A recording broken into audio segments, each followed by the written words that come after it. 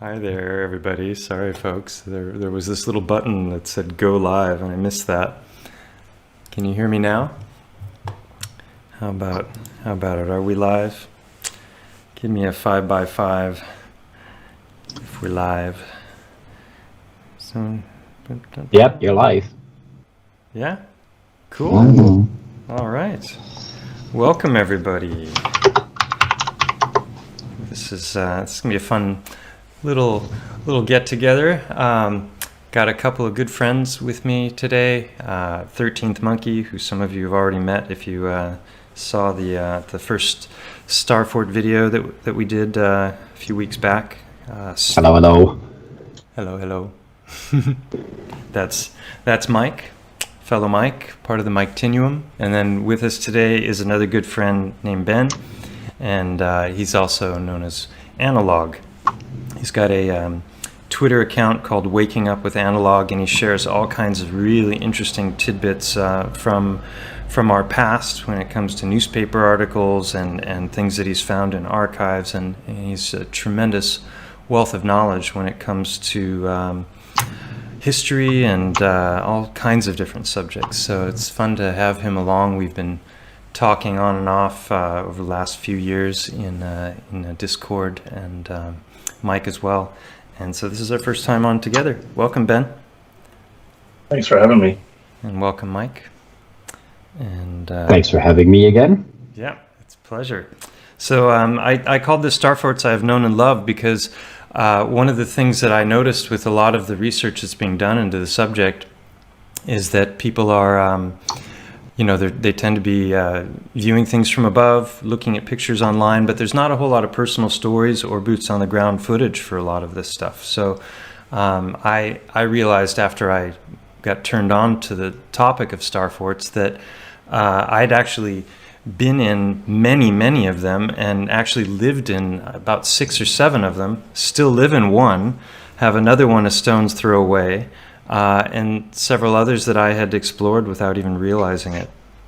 And then also I lived in Italy for a few years, and while I was in Italy I lived in Rome, which is a massive star citadel, and we'll cover that one in a later video. Probably need 2 parts because there's so much to talk about when it comes to Rome. But I lived in Siena as well. I lived in Padova, which was a city right near Venice, and because of the proximity to Venice, while I was there for the school year that I was there for, I went probably 30 times to Venice. So even though I didn't live in Venice, I got to know it very well and fairly intimately. So they're just incredible places, and I always just thought of them as medieval forts, and and that's just how they did things. But it wasn't until a few years back, starting to hang out with Ben and Mike and some other people who were independently researching these subjects like Tartary and star forts and mud floods and resets and all of these different threads that are kind of going throughout the alternative research community, that I started to realize how vast the realm is, that there's a whole lot of stuff that's in places that it shouldn't be if you know the mainstream historical narratives and when things were supposedly built and how long it took to build them, and so that's something that there's a lot of heated debate about right now, because a lot of people came to conclusions and then made claims, and they didn't have evidence for their claims. Things weren't substantiated, and so there's a lot of finger pointing and people calling other people out for doing, poor research and misrepresenting the truth in different ways. So some suspect that might be intentional, and others just that it's kind of the way things go, and people who are just trying to understand more about what's going on here take to the computer and start doing research on their own, or boots on the ground research as well. So anyway, with that introduction, we can just say what Mike is showing here is the old town of Denia, which was a star fort, and the main fort is still there, and the streets of the cities, you can kind of see this old world form to the cities and the buildings. but it's not what I would call, what a lot of people like to call Tartarian architecture. Maybe you guys would like to just chime in about just the subject of Tartary as a whole, because that's kind of a hotly contested subject right now, with people like Ewar and Wooden Nichols suggesting that it's a psyop that's been given to us by the Chinese as a way of overthrowing the West through a subversion of the historical narratives. So what do you guys think of that subject? The one quick answer I have to that is Mercator was Dutch.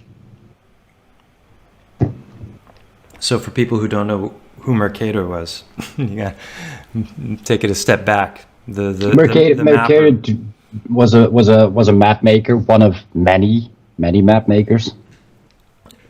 And so why is that important? You got to fill in the blanks a little bit for the people who don't know what you're talking about. Mapping was considered a high art back in the day.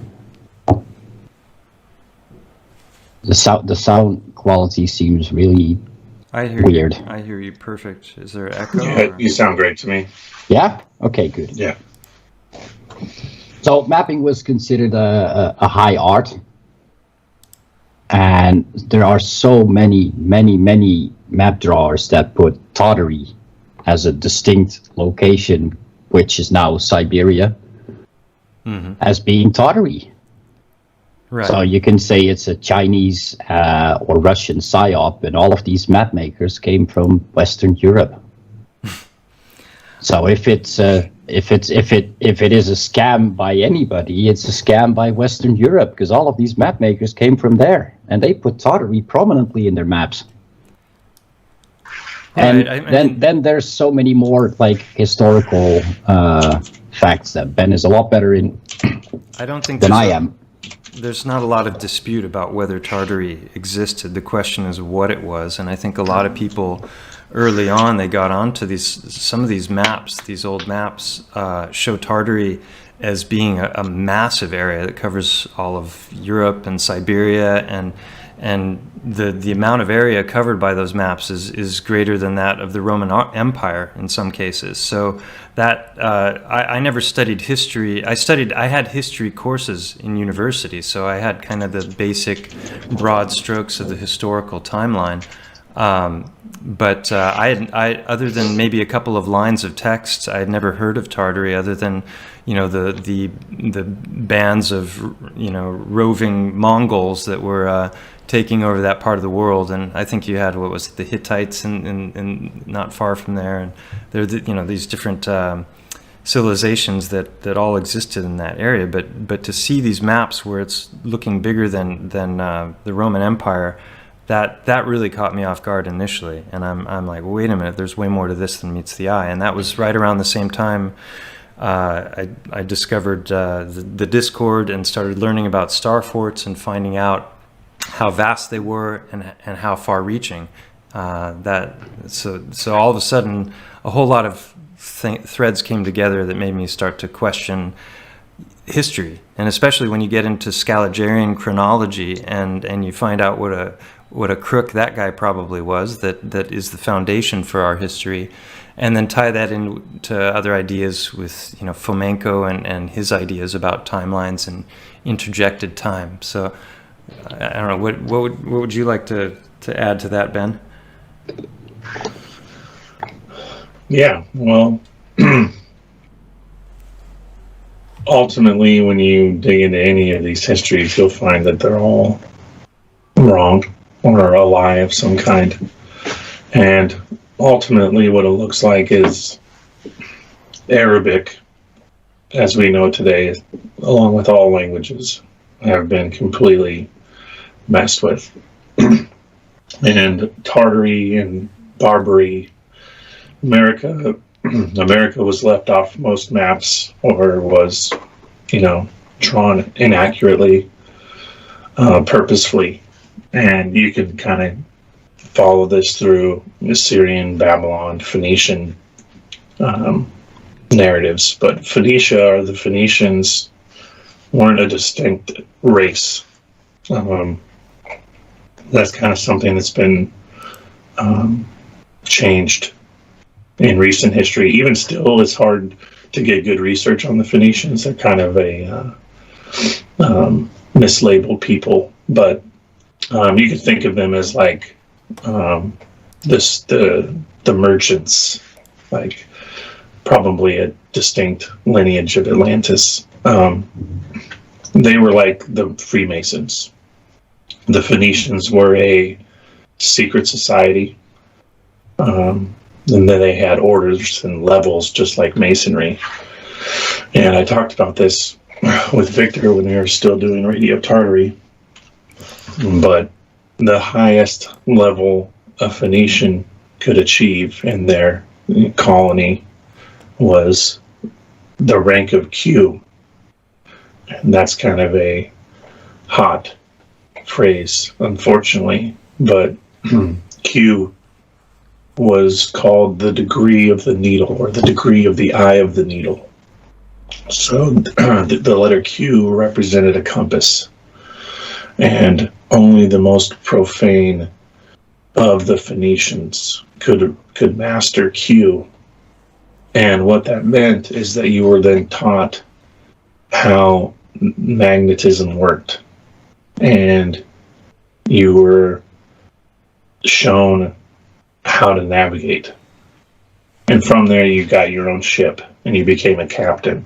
Now, if you study enough of law of the land, law of the sea, admiralty law, this is where it all started. The Phoenicians were over here in America, I say, long before Columbus, much longer before Columbus.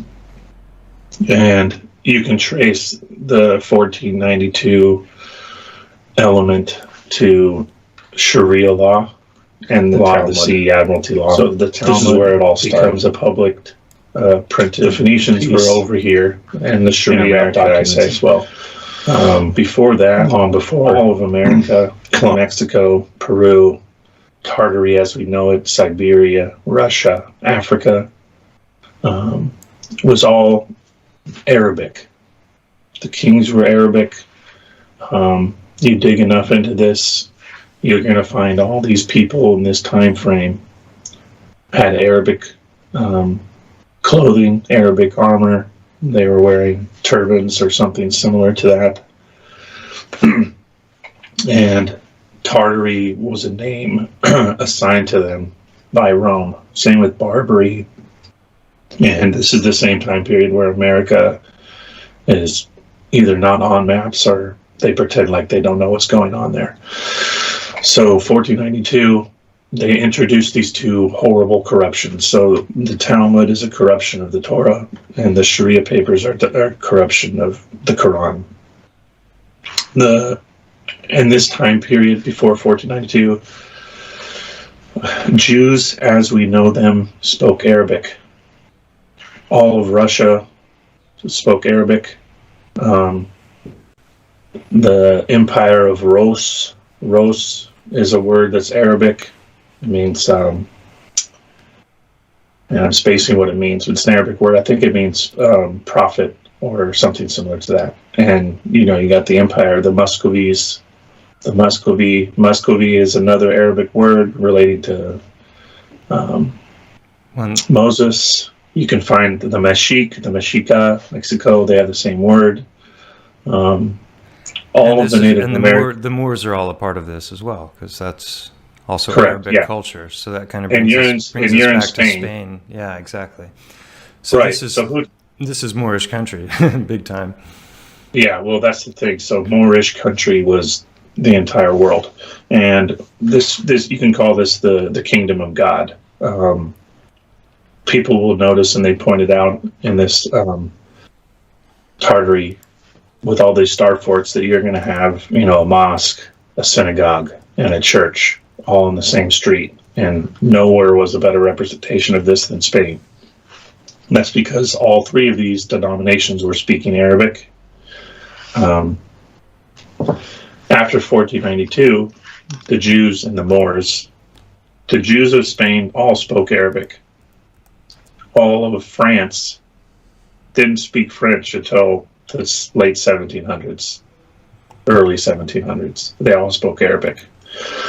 All of the money being traded north of Constantinople, I should say north of North Africa, was Arabic. On and on. So what is Tartary? What's this explosion of it? It's the labeling of everything east and west of Rome. The expulsion of the Jews and the Moors in Spain is like kind of your kickoff point. There were some papal bulls before that and after that are a really good indicator of what the real motivation was. But it was a destruction of this kingdom of God. And Columbus, when he was going to America, he wasn't going to discover anything. He called in his own papers America, India. Mexico was also labeled India. This is where you kind of start to see the maps getting screwed with. After 1492, the maps really, you can't trust them anymore. The land, how it's laid out, that may be fairly accurate, but what they're labeled is fairly inaccurate. So anyways, the Jews and the Moors are expelled, and within a 5-year period of this, the Talmud is being printed in Venice, and the Sharia papers as well. So you're kicking out a group of people, and then they're sending Columbus to wage war. So Columbus coming to America was just an extermination event.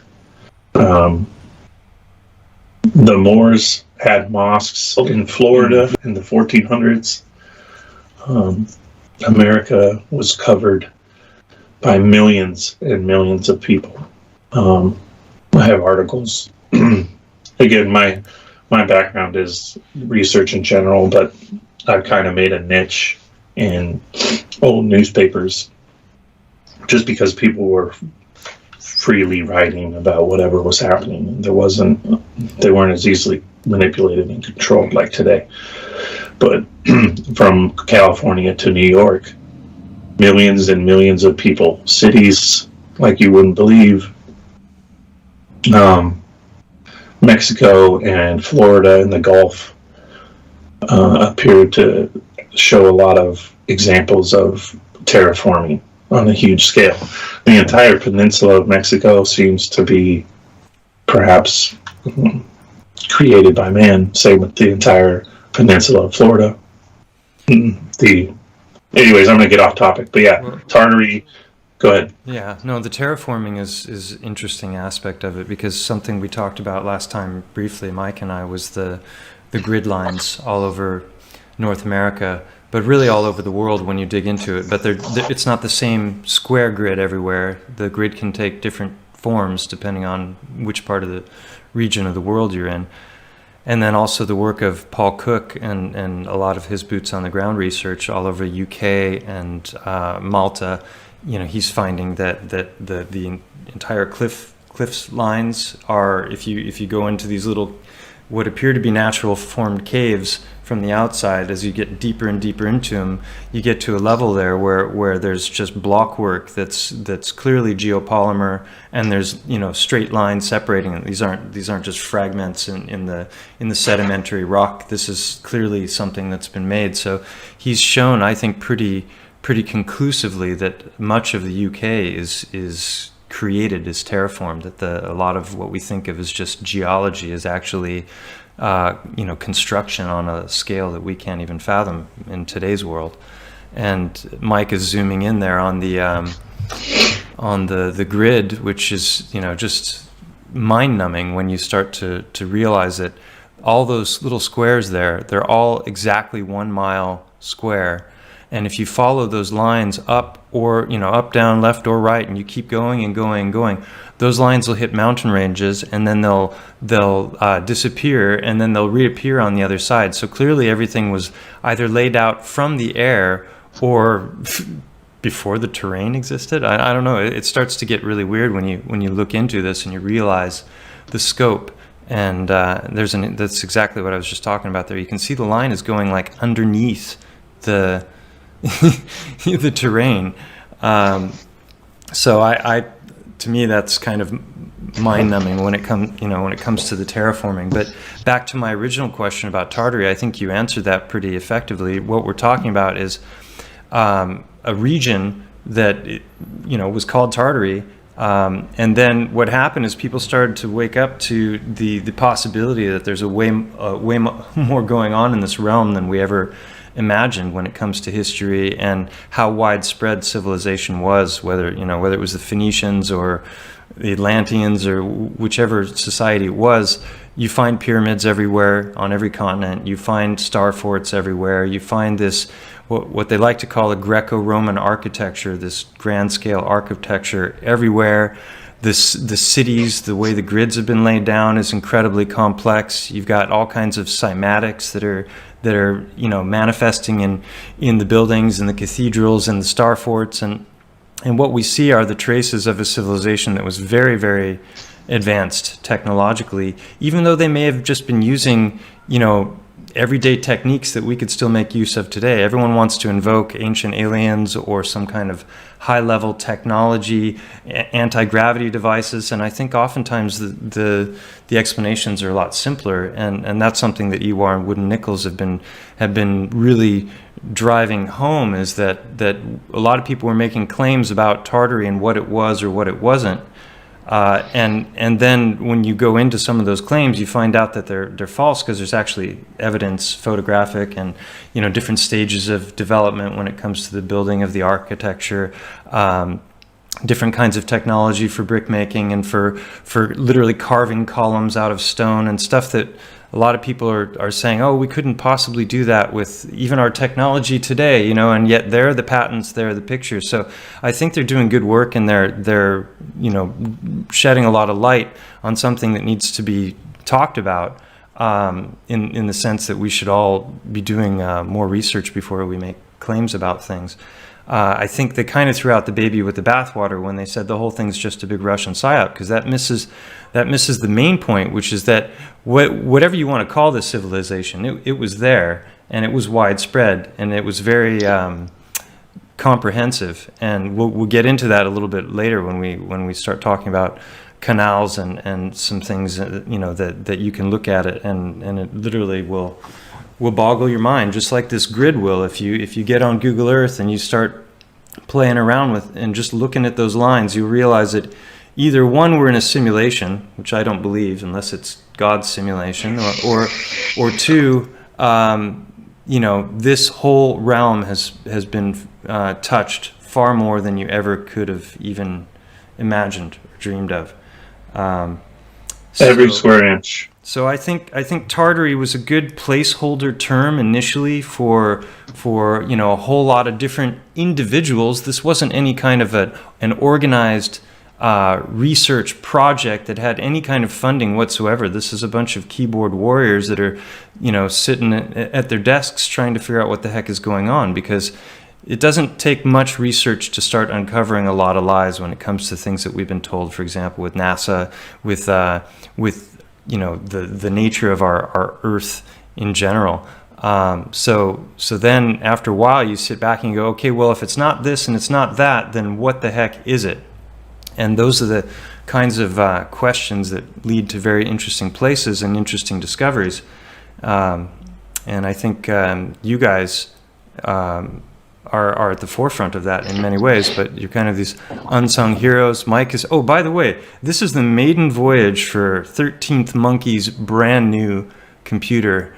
So there was a generous donation, and if anyone was more deserving of it, I don't know who. Mike has spent thousands and thousands of hours over the last 4 years or so.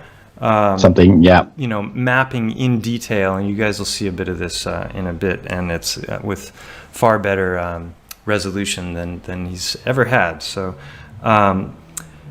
yeah. So, but anyway, I always thought of even. I mean, there was an initial point when I saw these maps of Tartary. I was like, okay, Tartary was it. That was our lost history, and that's what has been hidden by the Scaligerine chronology, but Tartary is just a small part of that group. What would you call that greater realm, of which the Moors and the Arabs and what would that be called to you?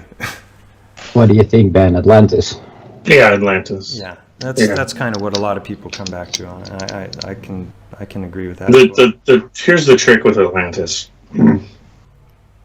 It was a confederacy essentially, and Yeah.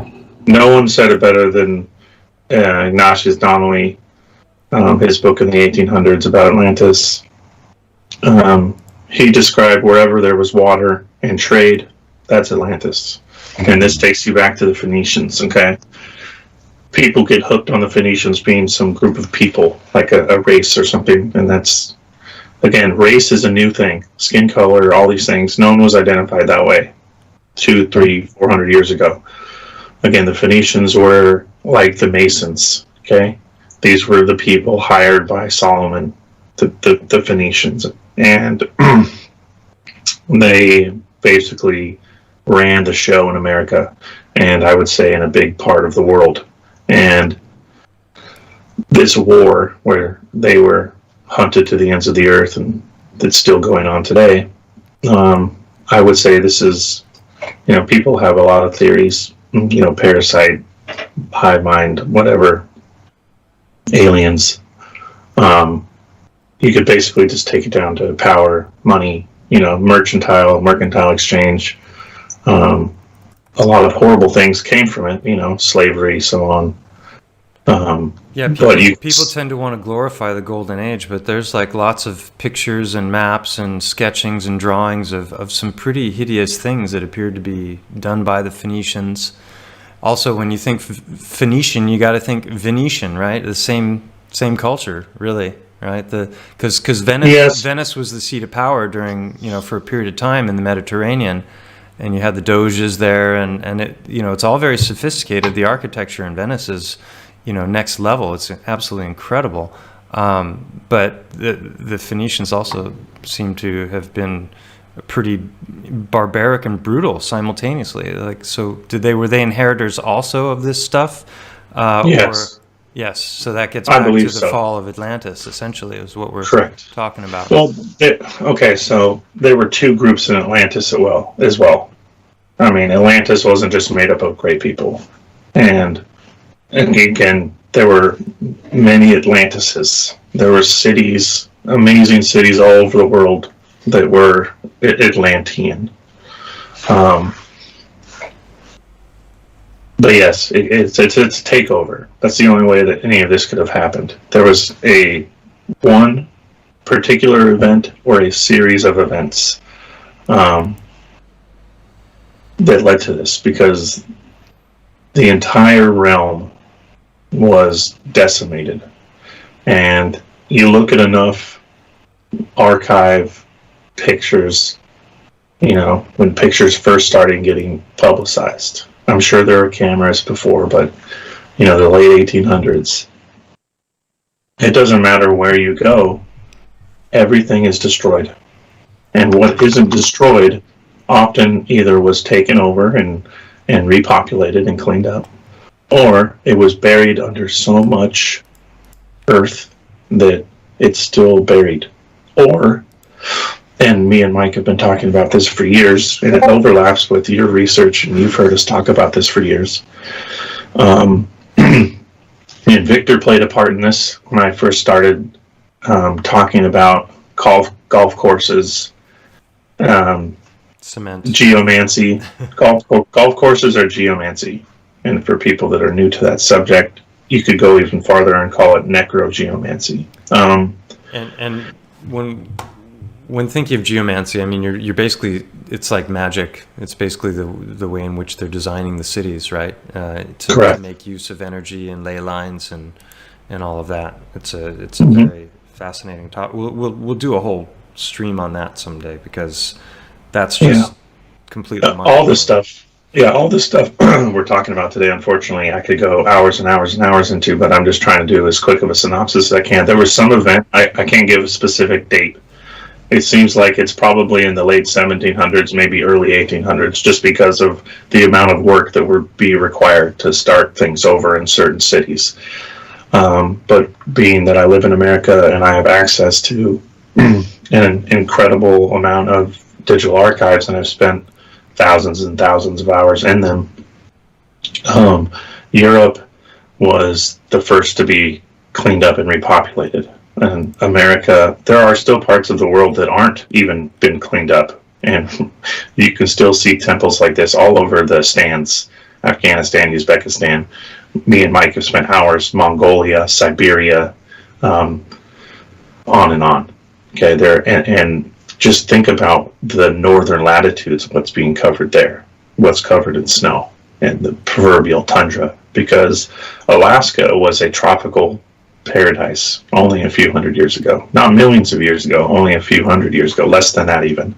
The first people exploring Alaska for the sake of finding gold and making mines were writing the most incredible stories you can imagine. I mean, I've looked through just about every article about Alaska in the 1800s, late 1800s. Obviously, it was late to join the Union, but it's incredible. From crazy dinosaurs, monsters that were being hunted by the Duke of Westminster. They were hiring people from all over the country to kill this thing. It was huge. It was like Jurassic Park.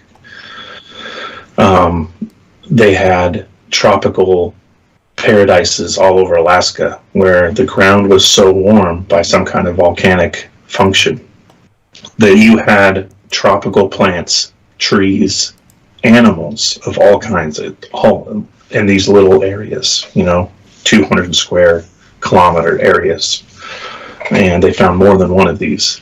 Alaska was covered in, quote, Greek cities, hewn stone, massive hewn stone, canals, Greek pottery. When I say Greek, again, I think this takes us back to this Arabic kingdom of God culture. And they're all buried.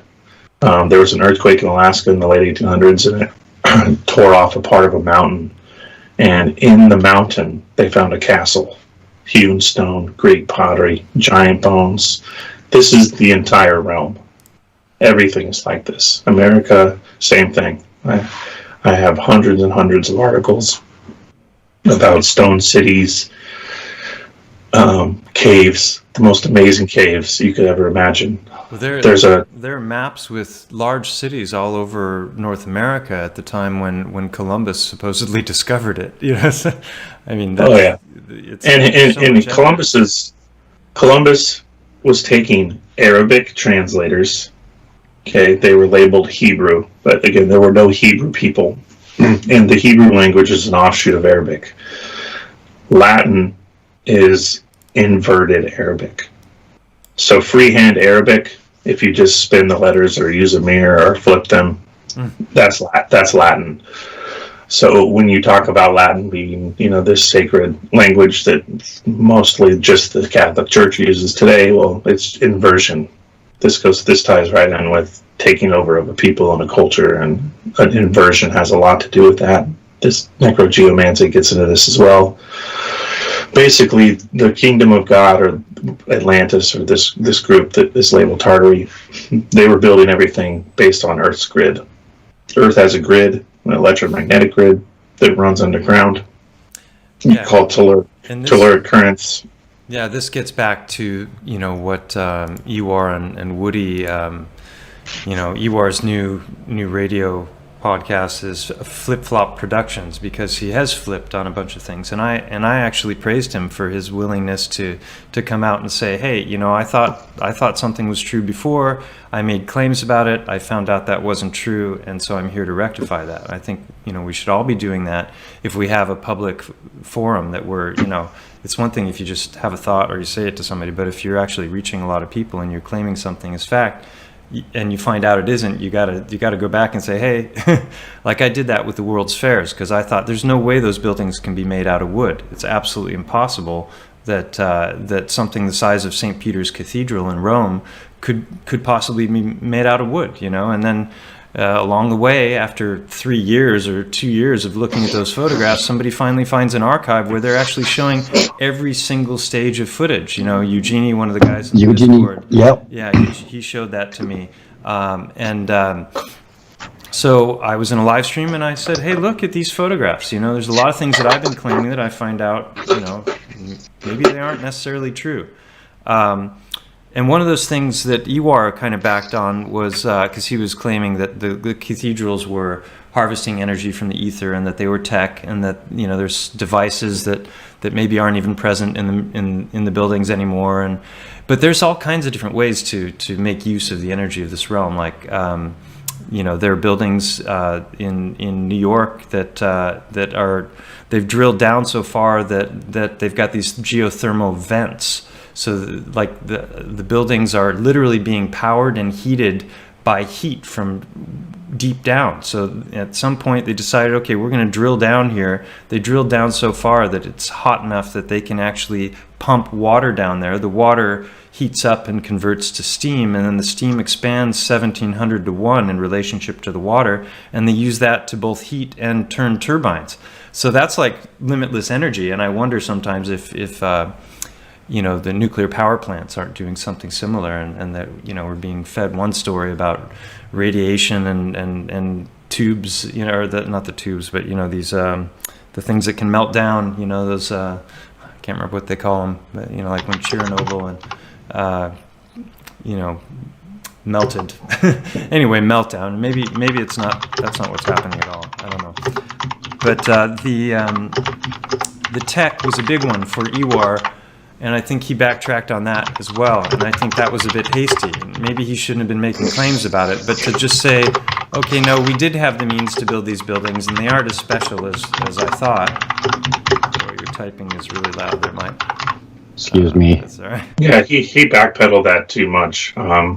Farmers in America and in Mexico were using iron rods and copper to electrify their fields. And they'd build poles 30, 40 feet high, and they were drawing atmospheric energy into their crops to grow larger plants. And that's just from an agricultural standpoint. Imagine what they were doing with buildings. And going back to Atlantis and connecting more dots there, Atlantis was using geothermal. Atlantis was using ley lines, and Atlantis was using natural gas. The Atlanteans were at war with giant monsters, and maybe this will be a segue. But I believe, and me and Mike have postulated this over the years of staring at all these walls and these star forts. How could a people constantly fighting each other? The Genghis Khan narrative, when you really look into it, you can dismantle it in 5 seconds. The amount of food and water that would be required for his standing army is preposterous, and you could never do it. Moving with 1,000 men on the ground is incredibly strenuous and expensive. Now, Napoleon was 100,000. Genghis Khan, more than that, 200,000. It's utter nonsense that we were building star forts and these incredible structures all across the realm. There's nothing untouched. Nothing. From the Arctic to Antarctica, all the landmass that we are allowed to see was covered with people and buildings. There's no way you could do any of that if you're constantly trying to kill everyone around you. So that narrative, I think, is complete nonsense. Yeah, well, that gets into a lot of the John Levy videos. He's looking at the time frames of when something was supposedly being built, and you can argue, oh, that would have been impossible in that amount of time, but the human ingenuity is pretty remarkable sometimes, and you get enough people working in harmony on a project, and things can happen very quickly. But I lost the point I was going to make there, but. Things can definitely happen very quickly and being built up in such a fashion, but not if you look at the what you mentioned earlier, the canal systems in Africa, the ones I recently found in Mongolia, the canal systems in the United States, that's all over the world. Like Ben said, nothing is untouched. Everything that we are allowed to see.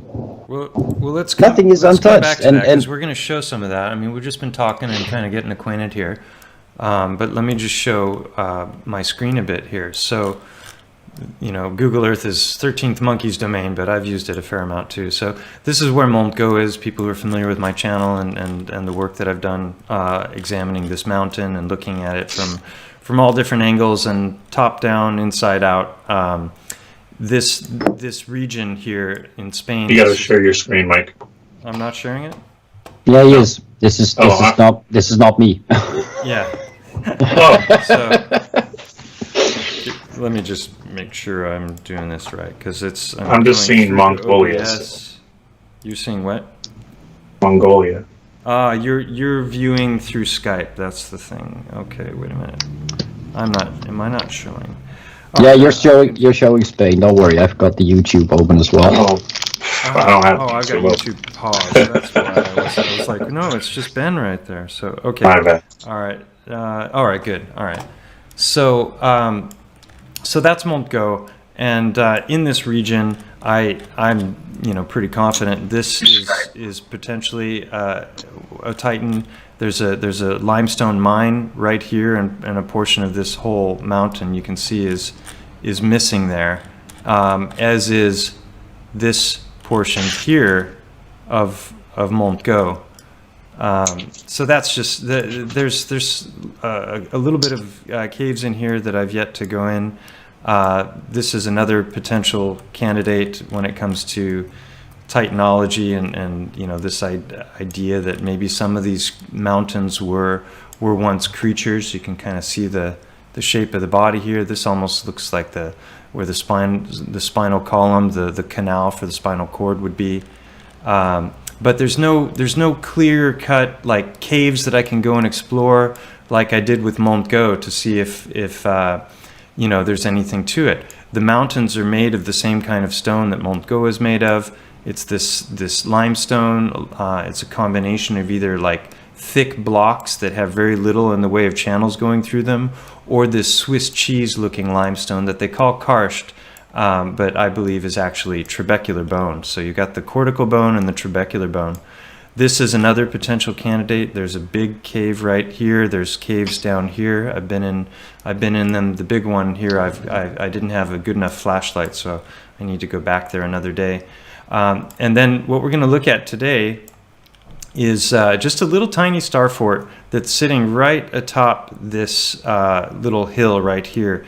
This is a valley called Val de la Gallinera. It is absolutely pristine. I'll show you some pictures of it in a moment.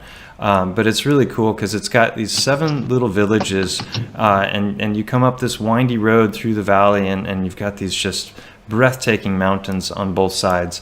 And so this is Beni Rama, one of the first ones. I can't remember the name of this. You've got others the names aren't showing up on, but this is the you can barely make out on Google Earth that is even a fort. You can see a little bit of structure there. Now you can sort of see it. So this is what I'm going to show you a little bit of footage of.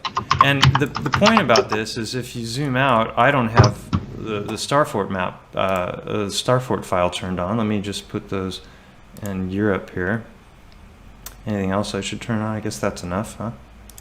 And you can see all of these stars there. Depending, Mike has mapped them out based on color. So you've got like towers, you've got just regular castles, you've got actual star forts, and then you've got these star citadels that are just massive structures.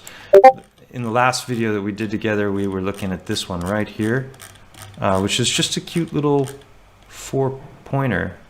Where is it? There it is.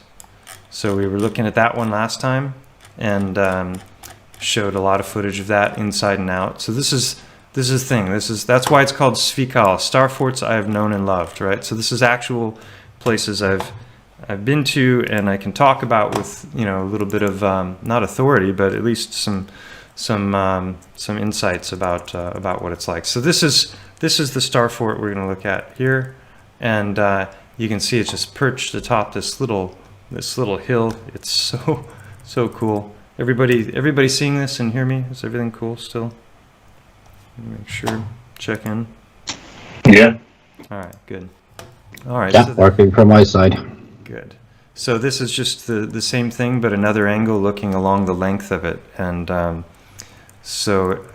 we hiked down from above and then came down and up and around and came in this way, up this back side, the shady side there. And it is just a glorious view. That's Beni Rama, one of the 7 villages, and this is looking up the canyon from the other side. And then this mountain here, you can't make it out from this angle, but at the top of this mountain is something called Farada, which is an opening in the mountain, and we'll see that in a second. And it's you can just see the rays of light shining through. Crepuscular rays. Wow, it almost looks like the sun's really close, doesn't it? Isn't that trippy? I mean, they tell us it's 93 million miles away, but I'm sure it's just optics, right? Silly realm. Yeah, wait a minute. Let me see. Oop. All right. Scroll wheel changes things. Okay, now where's the mute? Ah. Never mind, I'll just. Is that really? That little bugger. That's a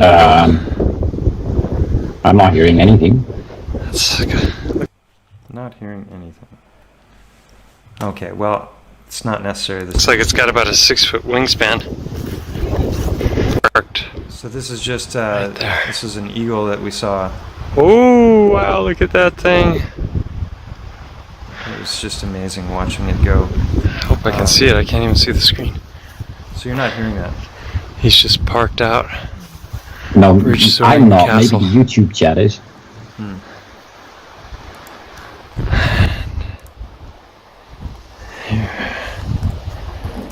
Yeah, the sound's working. I just it had it is. muted. That's it. Yeah. Okay.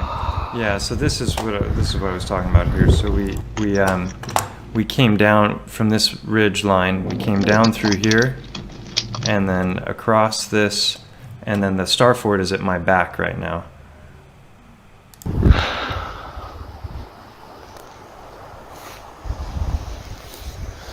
Beautiful sights, huh? And that eagle just marking the way.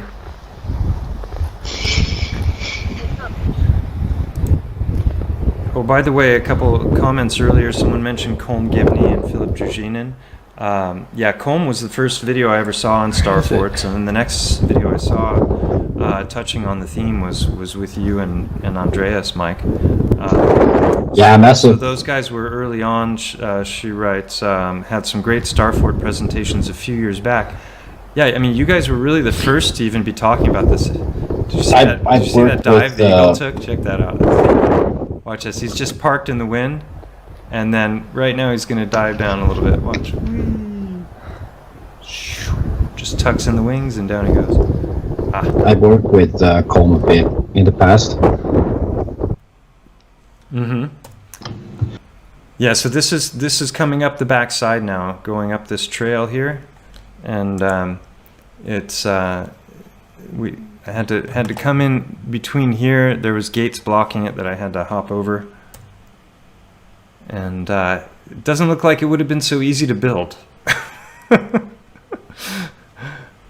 Look at that. That's just straight up at the top of the rock, and had to come in through this little secret path, getting close to the top. So yeah, this is, we'll look at this area here. That's where Farada is, over there. This is amazing. We'll look at that in a second. Yeah, so this is inside the star fort, looking down. So, on top of a gigantic castle, or actually not gigantic, it's a smaller castle at the top of a gigantic hill with just an epic scenery. That's Val de la Gallinera, which has 7 villages. Beni Meli, I can't even remember them all. There's Beni Rama, a bunch of different ones. It's just amazing. And I'm right at the top of this star fort, and it's amazing. It's at the top of this mountain, and check this out, at the very top of this thing. I need more adjectives besides amazing. There are 2-foot thick concrete walls right there, a foot and a half, and it goes about 15 feet. Yeah, it was so dark, and I just had my my cell phone light, so there was no point in trying to show you what was down there. But it was about a 15-foot drop, a massive, massive space. I'm guessing it was a cistern for water, but this is about a foot and a half to 2 feet thick, and that's at the very top of the fort, perched atop this massive. Feet down. There's a water source, and it's all concrete walls down there. It's just unbelievable, the construction, and you can see the views. There's Montgo off in the distance there. So see that? There he is. There's Monty off in the distance. Guy's back to us though, so he doesn't see us. The tail end of the elephant, and the Mediterranean. And that's the trail I came up, and I had to hop over a It wasn't easy. fence to get in here.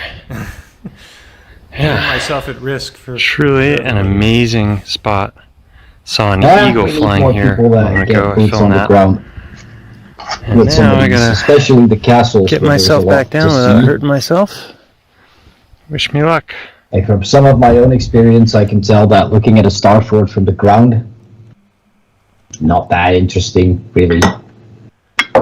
Yeah. It's either earthworks or walls. The walls it sometimes can be really impressive, but most of the times you don't even get the idea that it's star shaped. So you really need to appreciate them from above. Yeah. Yeah, and that's the thing. That's why I wanted to do this series also, and is because I'd been in so many of these things, and I just thought of them as medieval structures, and I never realized that there was a coherency, that there's incredibly complex geometry for the city as a whole, not just the structures in the city. Because obviously the cathedrals exhibit that, and it's plain to see if you've got the eyes for it. You can see all of this is just in aggregate. It's all geopolymer. They've mixed in a whole bunch of broken chunks. You see the occasional smooth pebble in there, which I had taken to calling petrified organs. And it was just it was a glorious day with really fresh air. So I've just felt like sharing it. And you can see this windy road coming up way below. Be a good spot for a house, huh? I'm just going to be very wise and not say anything at this point. Windy roads and stuff. Yeah. So this is another broken, probably a container for water. And that's that gate that I had to get around, which wasn't easy.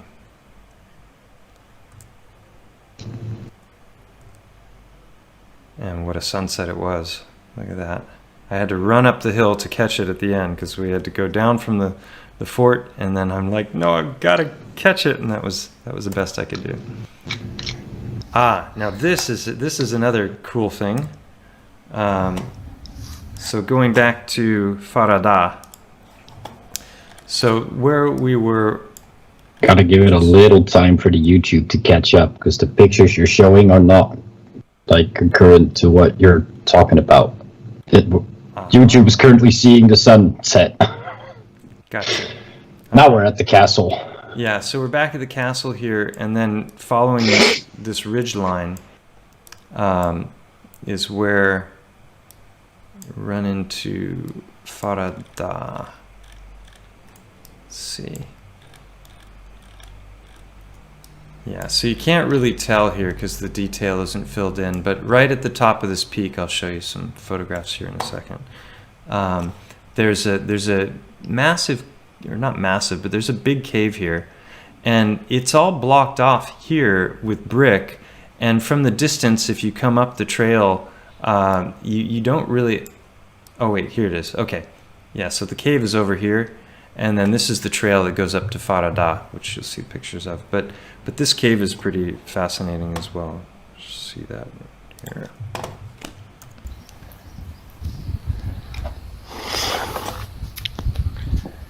Hey, Noah.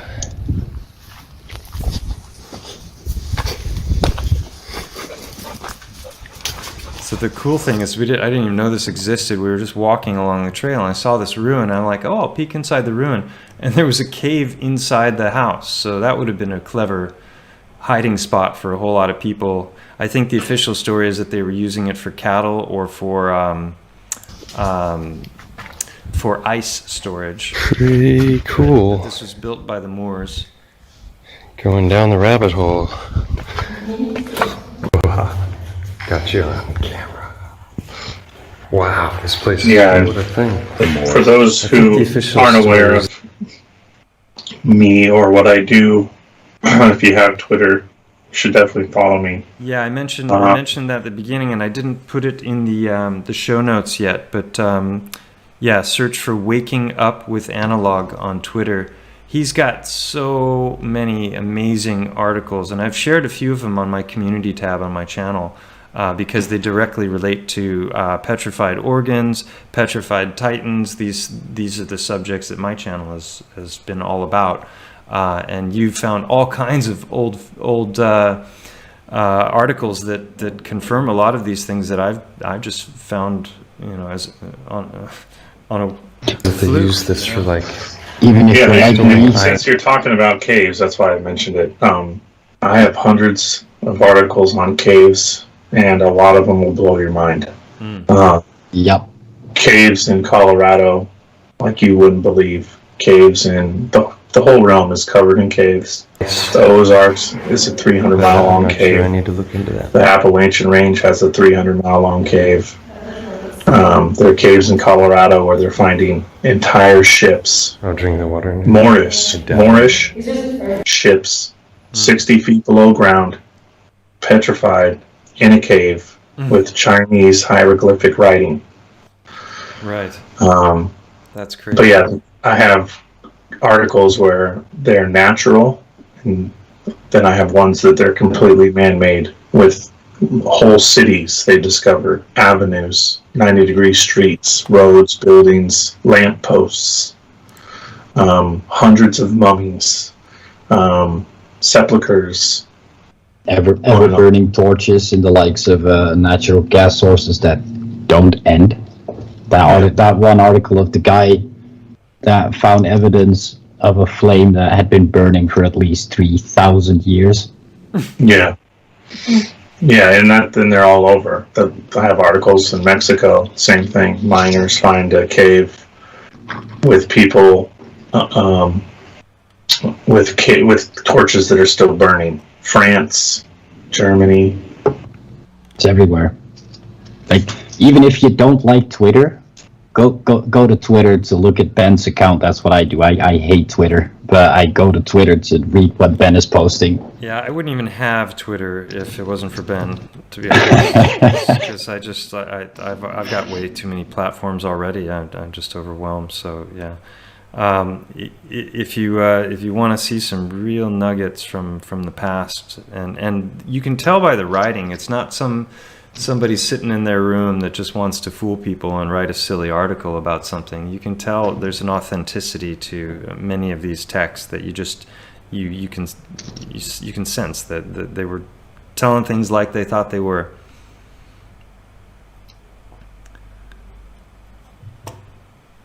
Yeah, there's one that I'd like to just read a little bit of, because I think it ties into mine and yours research. I'll just read a little bit of it if that's okay.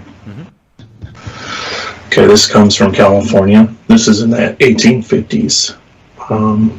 So they were using what's called hydraulics for hydraulic mining, high pressure water hoses. And they were just clearing out whole chunks of mountainside.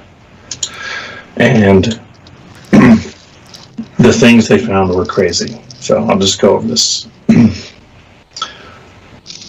Over in Calaveras County, California, huge petrified skeletons of men are said to be quite common.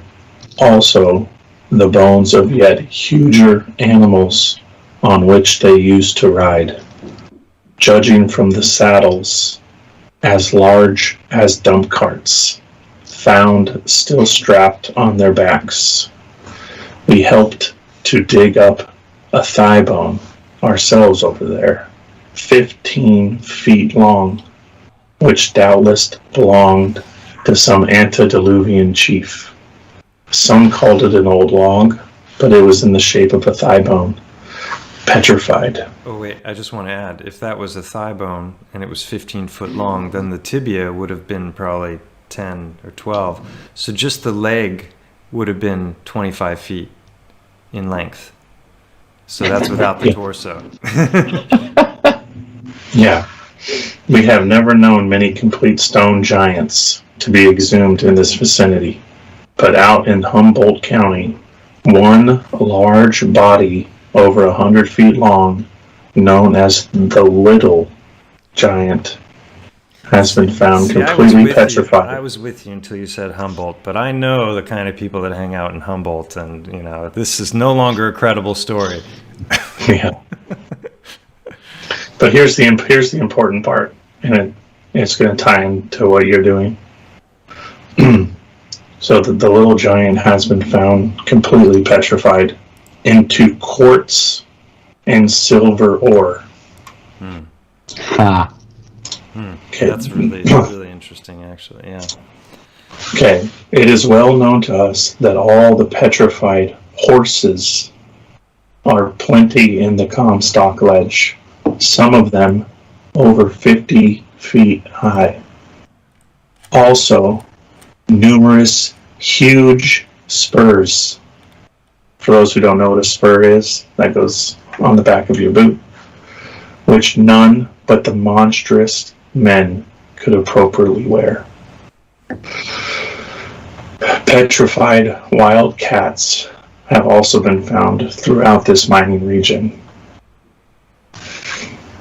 So that's just a synopsis, but I like that one because we're talking about 100 plus foot men, 50 foot plus horses, giant saddles, spurs, and these petrified creatures are turned into quartz and silver ore. So me and Mike, both of us, Mike and Mike, have been hypothesizing for years, excuse me, that the mining industry is all organic. Humans, plant matter, trees. A tree can create almost any mineral, especially through petrifaction, as can a human. Yeah, I just want to add to that's exactly what Hangman 1128 is working on right now, because he's got so much footage of the giant titanic trees and all the different ways in which they break down and they manifest, and that includes all sorts of different kinds of sap and all the various types of quartz crystal that manifest, but not just quartz, everything. He's showing that the trees are manufacturing everything, and this gets into biogeology, the biological transmutation, that something has gone from once being, a living tree, whether it was silicon or carbon based, I don't care, but it went from that to being stone.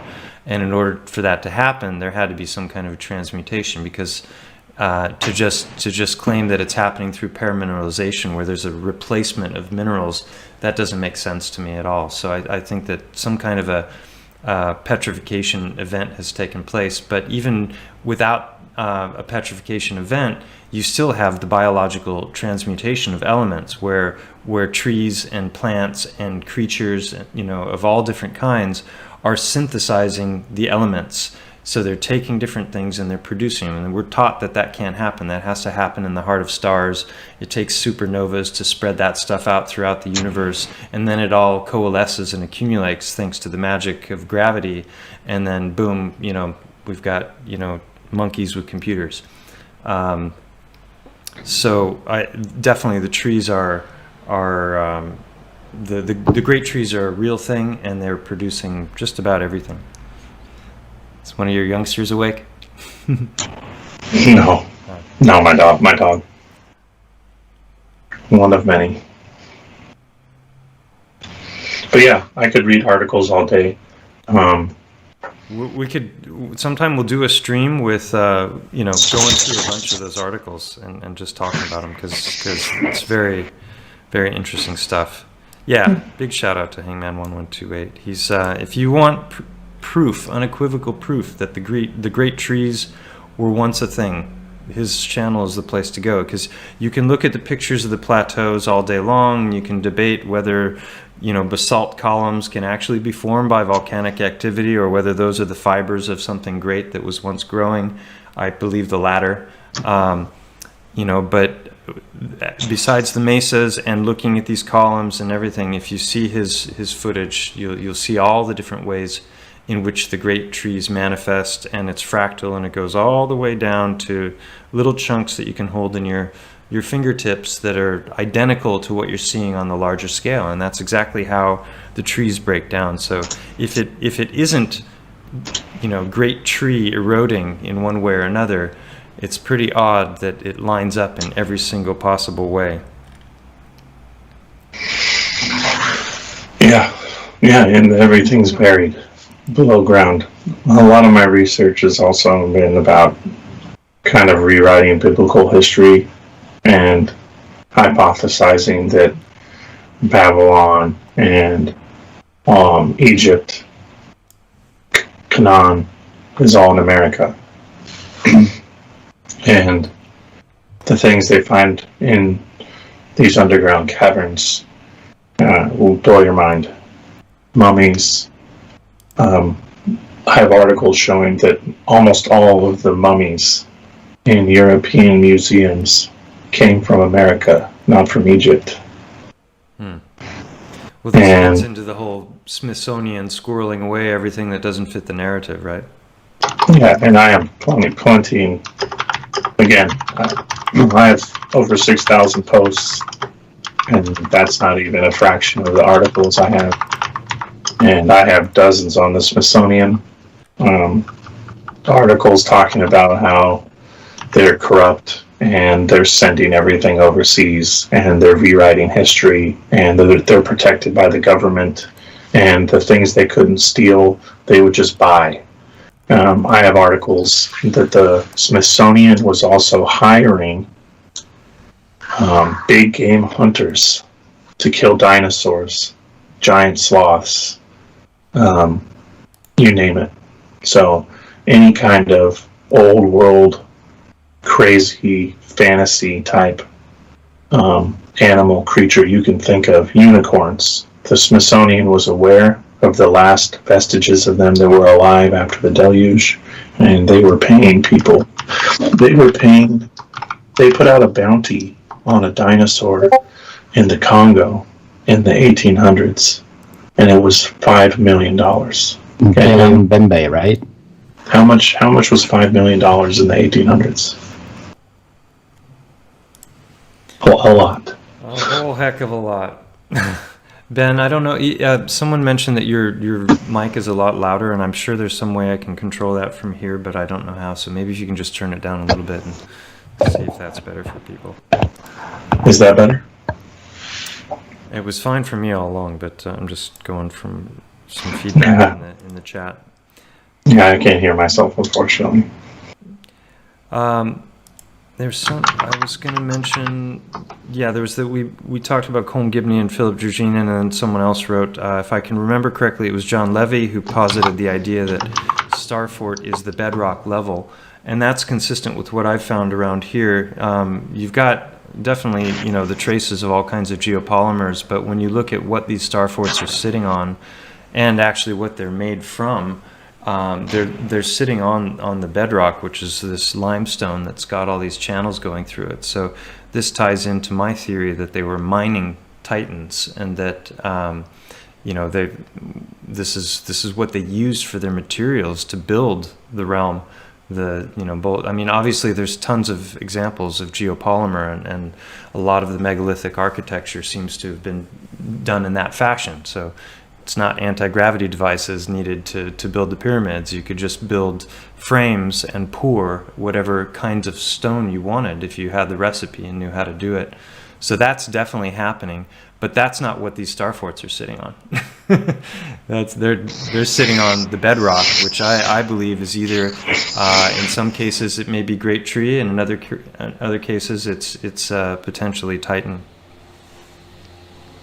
Yeah, that was Cat Links that added that comment. So, yeah, and And John Levy's been under fire a lot for different claims and laziness in research and that sort of thing. And I feel like people are kind of missing the point. This is a guy on his own, out in the middle of nowhere, just checking stuff out, talking about things that he thinks is unusual.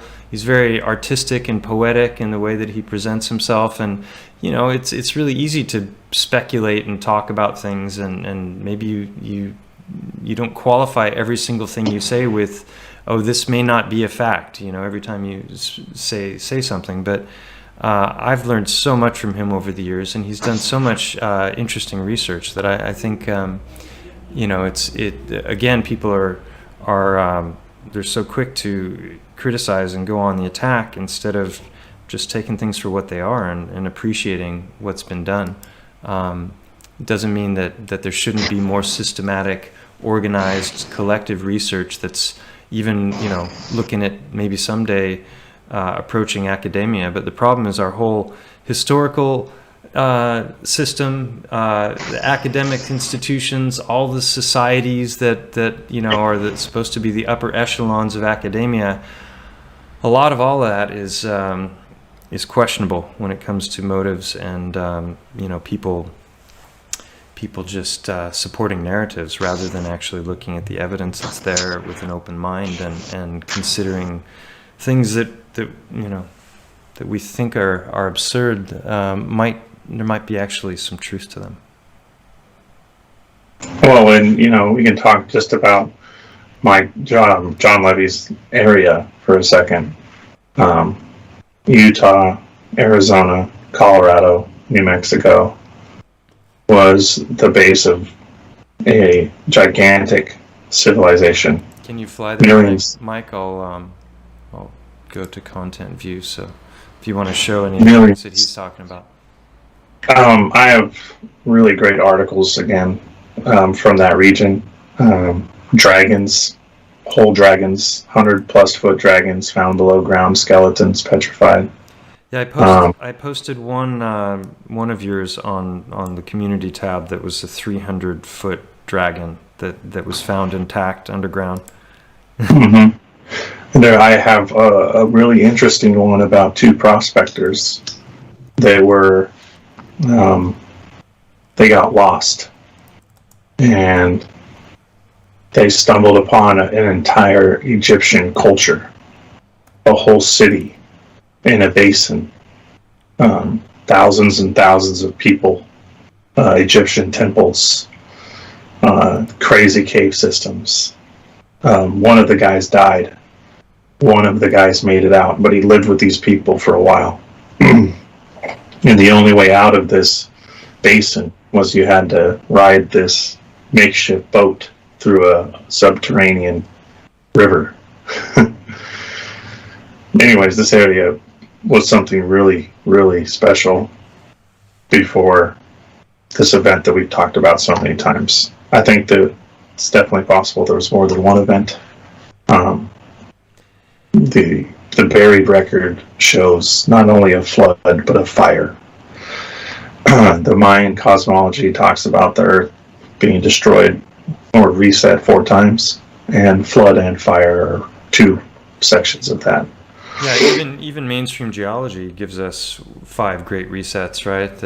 These, you had the period of the dinosaurs and when the trilobites were around, and so they're even in their narrative, there's a lot of talk about major cataclysms, whether they're volcanic or strikes from interstellar projectiles.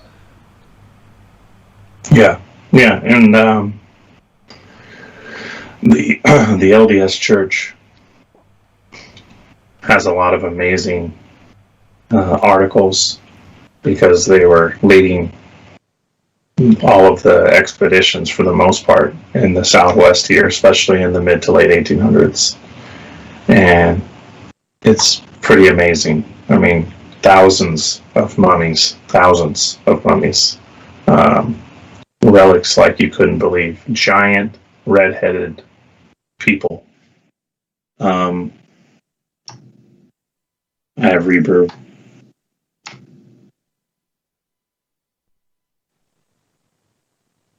Can you hear me?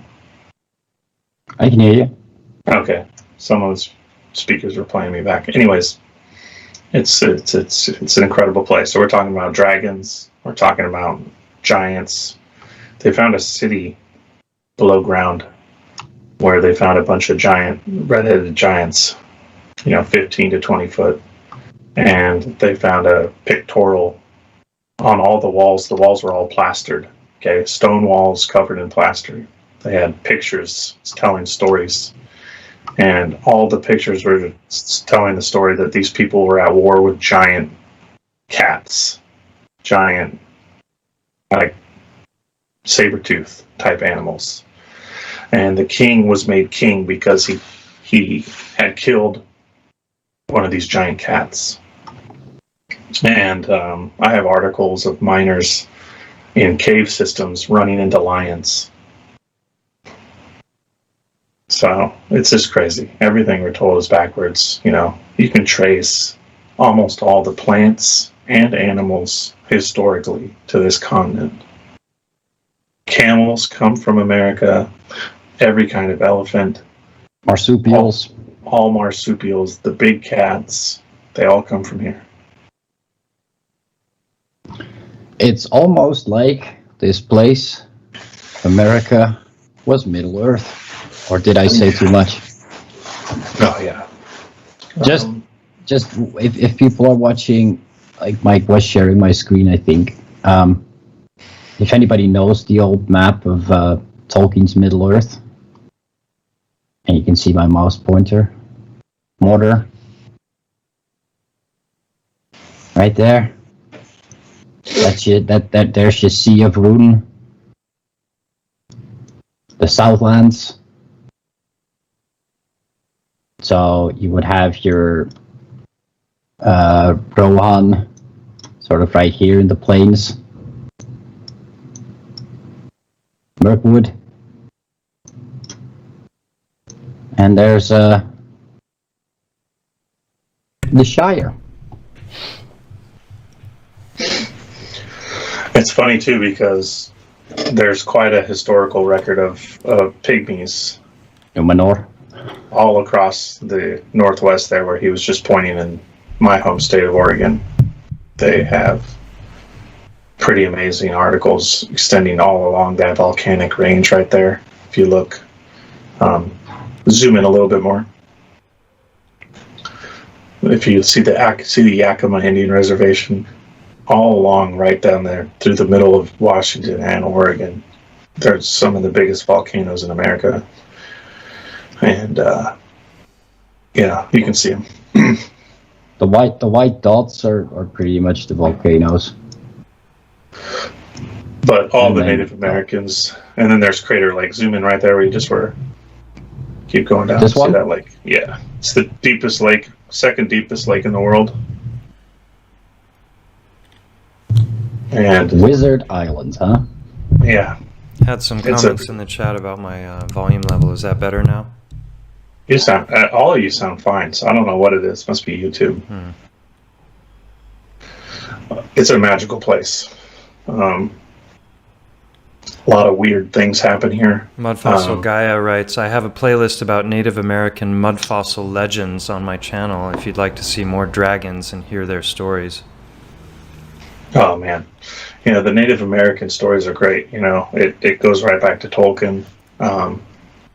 Me and Mike are big Lord of the Rings fans, and he wrote those books, and he didn't say it publicly, but the people close to him said that he believed this was the true history of Earth. And my articles, just coincidentally, I never really went looking for that, have shown that.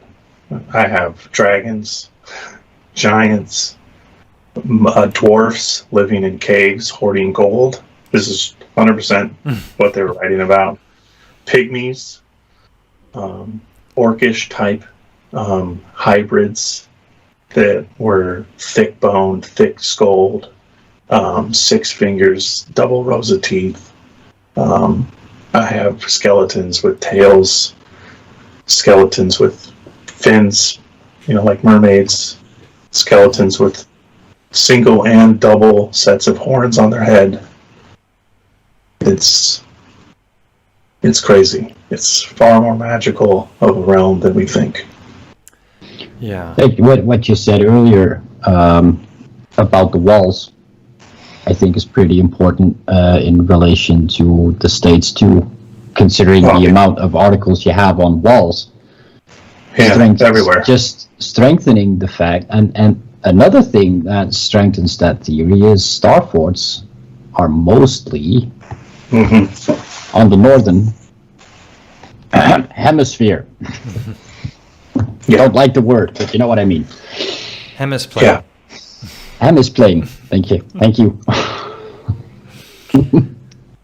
Right, and this is what we touched on just a little bit earlier, but we didn't really go into it too much. Yeah, I wonder why they don't have an AE projection on Google Earth. You should be able to just click a button and see it all laid out like a pizza, but I guess they wouldn't want people to have that view.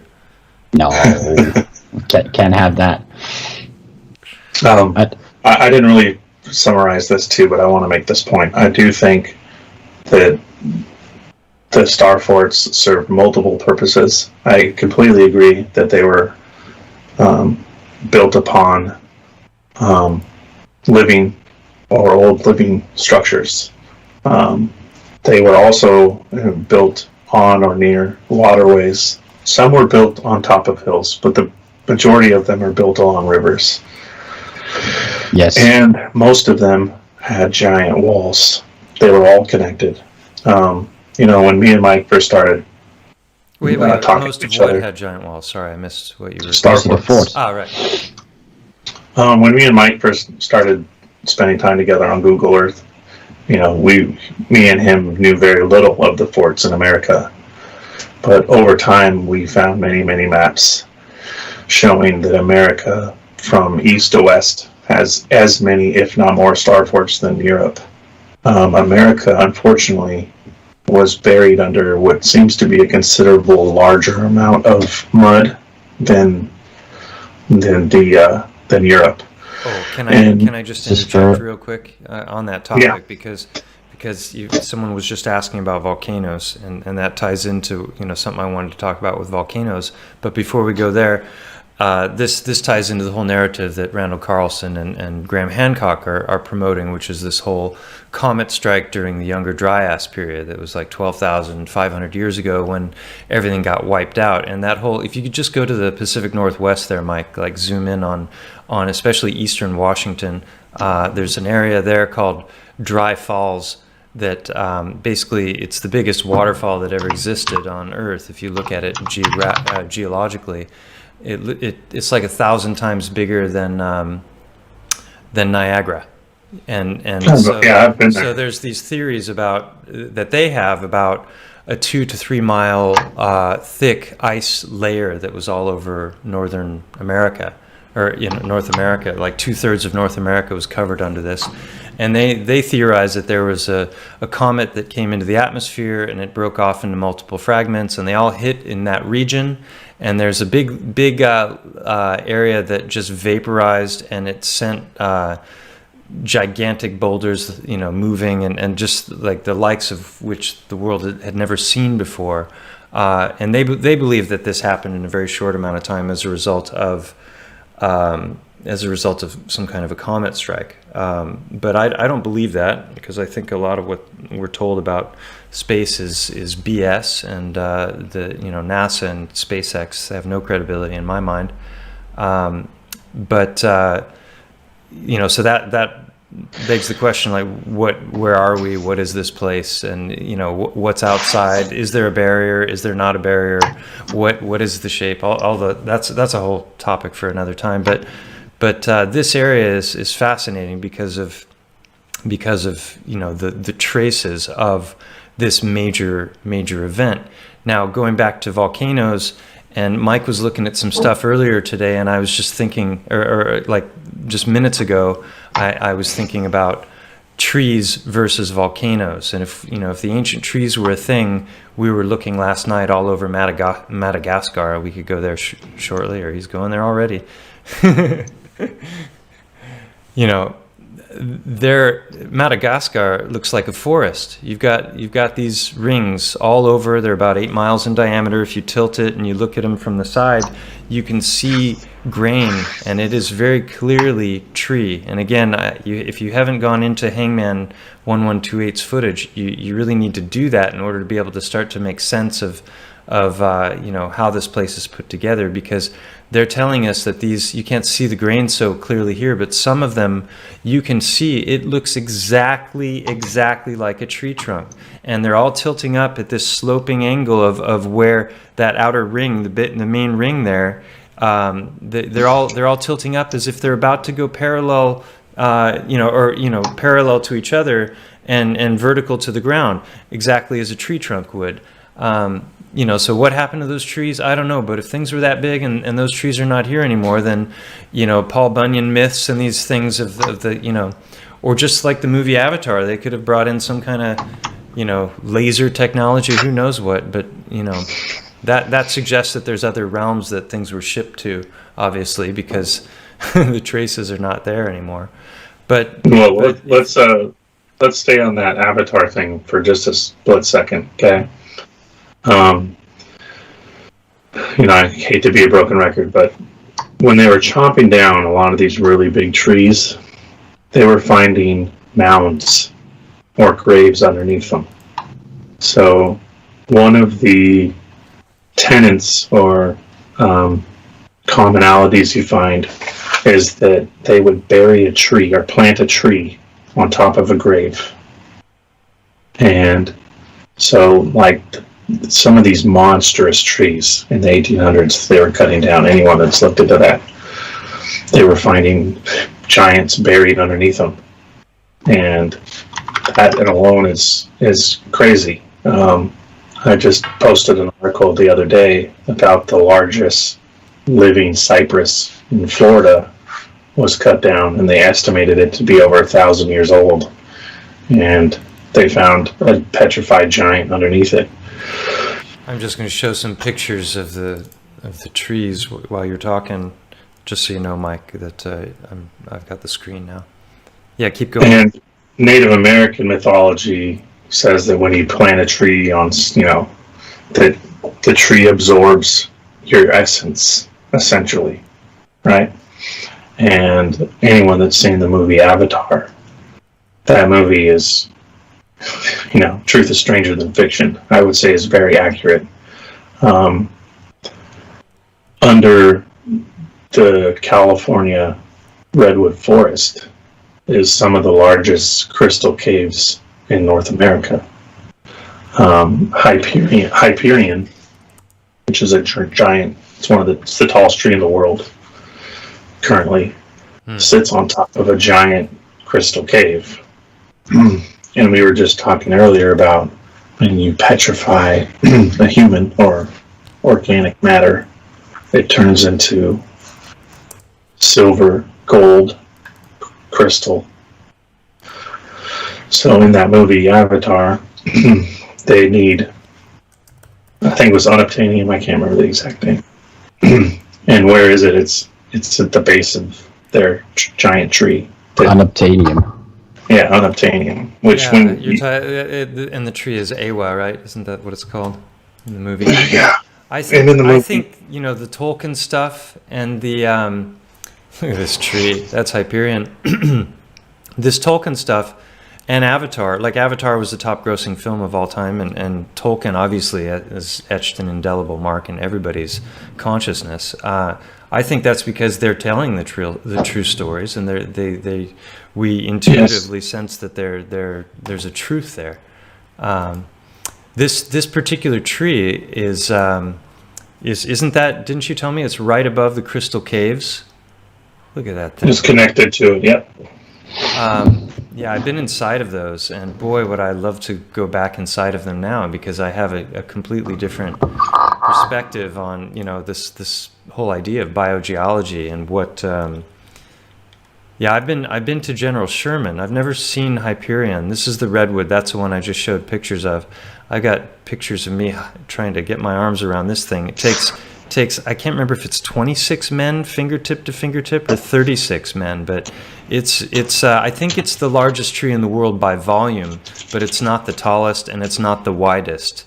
I think that's its claim to fame, but because I remember, Yeah, that's correct, Mike. Is that correct? Yeah. And, Yeah. I mean, that's just a magnificent. That's General Sherman there, or maybe that's Hyperion.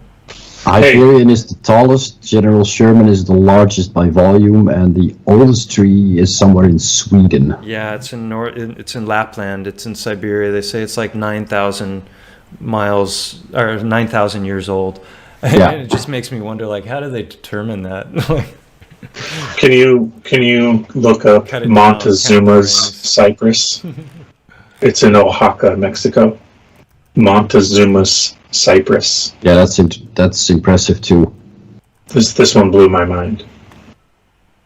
This supposedly was planted when he was king, but I doubt that because it's probably 2,000 years old. I'm not sure if that. Well, there's a tree that's a fig tree in Santa Barbara, that looks like that. And also the banyan trees can get really, really large, the trunks, but they also shoot off branches, and then those branches become a fig tree. Oh, there it was. Those branches become new trunks, so it can take up a huge. So this is one that's in Santa Barbara that I used to sit on. It was pretty amazing, that tree. But the one Montezuma's cypress, that's amazing. And then you got the baobabs as well. We were talking about the baobabs before, weren't we, Mike? What was that? Or didn't you? That's what I said the other day when we were looking at Madagascar. That's where the baobab tree originates from. Oh, just to finish. So it spread its way all over southern Africa, Right. but Right, it so- originates from Madagascar. Right. So maybe those circles that you were showing were originally the giant version of the baobab, because the cedars that Hangman is showing all over Colorado and I think Wyoming, those match. Like the vast majority of the smaller trees that are there that are still living now, those would have been like moss compared to the great trees. But it's the same for the most part. The majority of the trees that are in that area are the same variety as the gigantic version. So it's like downsizing. You know, we went down a fractal level into more detail, but we lost the bigger stuff. It's the lack of oxygen. I just came across this picture, and I just wanted to finish the thread from earlier when we were looking at these. I got on the trees there for a second, but I want to pull up, go back to the topic of the day, which is star forts that I've known and loved, and just finish up this little thread here because we were inside this cave. Where is it? Here we go. Cave is not a star fort. No, I know. No, but it's just, I showed this footage here in this Moorish place where they either kept cattle or just hid as they were under siege. They could hide in this. And if you look here, so this is looking across, and here is Farada, which is this is hole. I'll show you some pictures of that in a second. But I'm looking through a man-made wall, and you can see that. Let me just finish the last part of this video.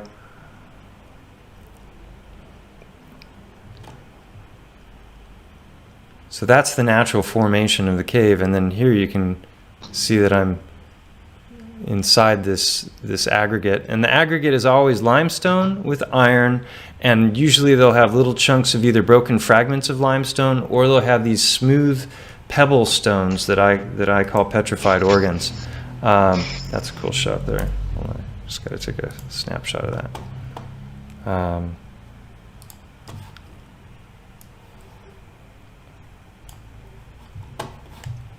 There we go.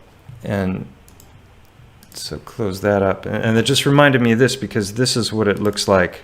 This is from the outside looking in. So I was either looking through, it must have been this hole because I don't think we didn't go down that far. But that must mean there's a lower level that I wasn't aware of. So I wonder where the entrance to the lower level is. That's an interesting thought. Huh. Whoop. Yeah, and I have a really interesting article from South Dakota. They found a cave that was miles long. They couldn't even explore it all.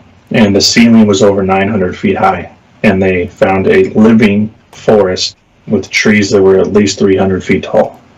This is the 1800s. I have tons of petrified trees that are over 1,000 feet long. So yeah, I agree. I think each reset, things got smaller, or there was one big jump. That seems most realistic. Well, and isn't that another thing they like to show us in Hollywood? The whole downsizing and Honey, I Shrunk the Kids, and it's this whole idea of like maybe that's how they deal with the population issue instead of killing everybody off with the magic juice or some kind of an electric grid system. They just make everybody smaller. Hold on, I was just going to show this. These are called Moorish caves, and this is not in this region, but to me, there's all this talk about the melted buildings, and I think there's evidence for that also, but the people who are into that, they tend to try and apply that thinking to everything, and I don't think it applies. That gets back to that unanswered question of like, what are volcanoes as well? Because when we're talking about resets, I brought up the Younger Dryas and the comet strike and Graham Hancock and the devastation that you can clearly see there on the west side of the U.S. And the question is, if it wasn't some outer space event, what would have caused that kind of cataclysm? And if you just show the Pacific Rim, Mike, with the all the the volcanoes. Imagine a situation where like all of that erupted at the same time. Let's see, content view. There's just so many of them. And then there's all of the underwater ones. They say there's over 1 million underwater volcanoes as well. And then there's mud volcanoes. This is something I didn't even know about until a few years back when I started trying to understand what I was finding with Montgo and the petrified heartstones, is that mud volcanoes are a very real thing. You can find video it's in my Petrified Titans and Organs Part 1 or Part 2 videos. There's footage there of mud volcanoes going off, and it's like, it's so easy to conceive between the volcanoes and mud volcanoes that this realm could easily have been inundated, and the volcanoes could have caused earthquakes, which then could have caused tsunamis, and so you would have just had a mishmash of everything from lava to mud to all of the devastated debris that got wiped out as the tsunami struck. So it's the traces of it all are there. Yeah, and some of the early mining. Yeah, Tambora is one of the biggest, right, Mike? Go zoom in on that close.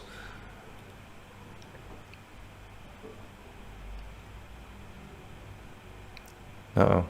Mike, you still there? I can't hear you. You're muted. Yeah, I don't think he knows his Sorry. Tambora is not one of the biggest, but it is one of the loudest sounds recorded in history. Ah, okay. Yeah, so I've been on volcanoes. Like I went to Santorini. If you fly there quick, that's an interesting one because that's a volcano inside of a volcano, right? It's still got an active central portion, and when that there's several of those Yeah, when that one in particular, Santorini, when that blew its top, it wiped out the Minoan Empire, right, overnight, basically, because the Minoan Empire was centered in Crete, which was southwest of there, and that was the big island for the centers of their, at least by the mainstream narrative that I learned at university, and so that whole central water portion there, that was originally mountain, and that blew. And so I went to that. Go zoom in again to the small island. Took a boat ride out to the central portion, and that's the only place I've ever been where, if you dig in the sand with your hands, you start to pull away the sand. And normally, like if you're at the beach and you dig down, it gets cooler and cooler. But when it's hot. being on this thing, you dig in, and the further you go down with your hands, the hotter it gets to the point where you can't dig anymore. That's really trippy. That's when you know you're on a volcano. So that is different from the look. I mean, that's obviously in the water, so you can't see the edges. But that's different from the looks of these things that look like tree stumps, like what we were looking at in Madagascar. And then that kind of gets back to, you know, what I was starting to show before, which is example of the great trees, which I've shown now in several videos, because I just recently, I just kind of got obsessed with the whole topic, because it really, when you can prove that to yourself beyond a shadow of a doubt that those trees were real, and it's not just, you know, the tree stumps that we can argue about, oh, maybe they were giant slag heaps, or maybe they were just areas where, you know, the ancient miners came in and scooped away and they just left, like you know, Mike was showing Monument Valley in, what was that, Utah before, or, you know, they look like tree stumps, but maybe it's actually just the remains of what wasn't mined away, you know, but when it comes to the work of Hangman, you can see the actual remains of the fragmented tree stumps. So not just the ones that are chopped off at the top. And then you've got the volcanoes, which, you know, that's a totally different look. There's stuff coming up from below. It's hot.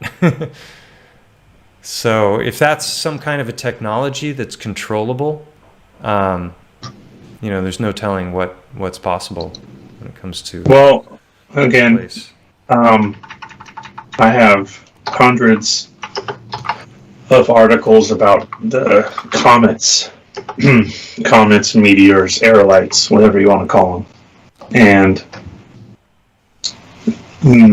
they're magnetic, and volcanoes have been proven to be magnetic. And that when a comet or a meteor is in the sky, these mountains can actually switch polarities overnight.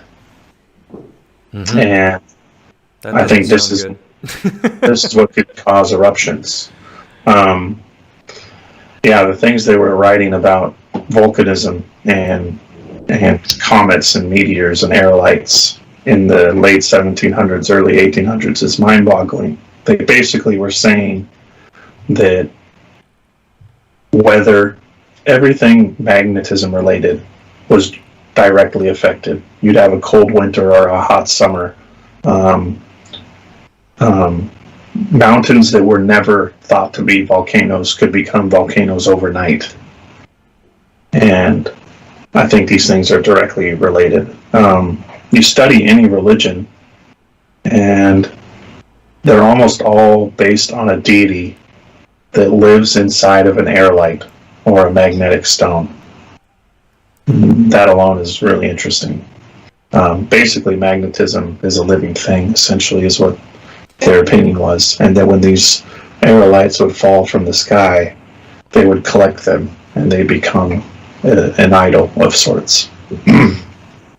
But every sacred place to all religions in the world, and even their subsidized or subsidiaries churches around the world, they all had a magnetic stone, right, at the center into of the temple. Mount Meru, Right. Rupus Negra, Negra, and also the world tree being cut down in some myths, right? That you've got, what is it, Valhalla? Is that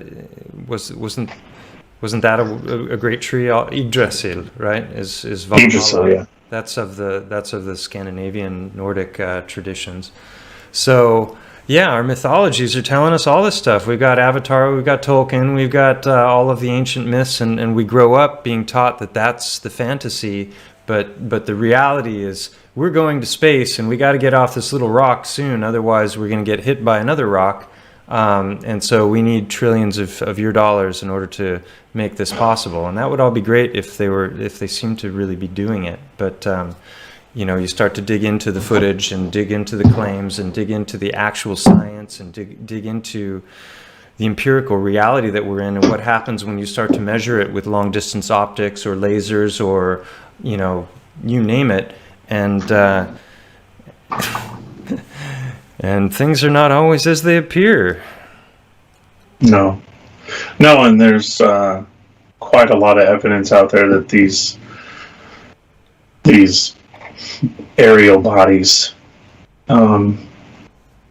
could turn direction instantly, and that they moved with intelligence. And there were even religious groups that believed you could steer them with prayer.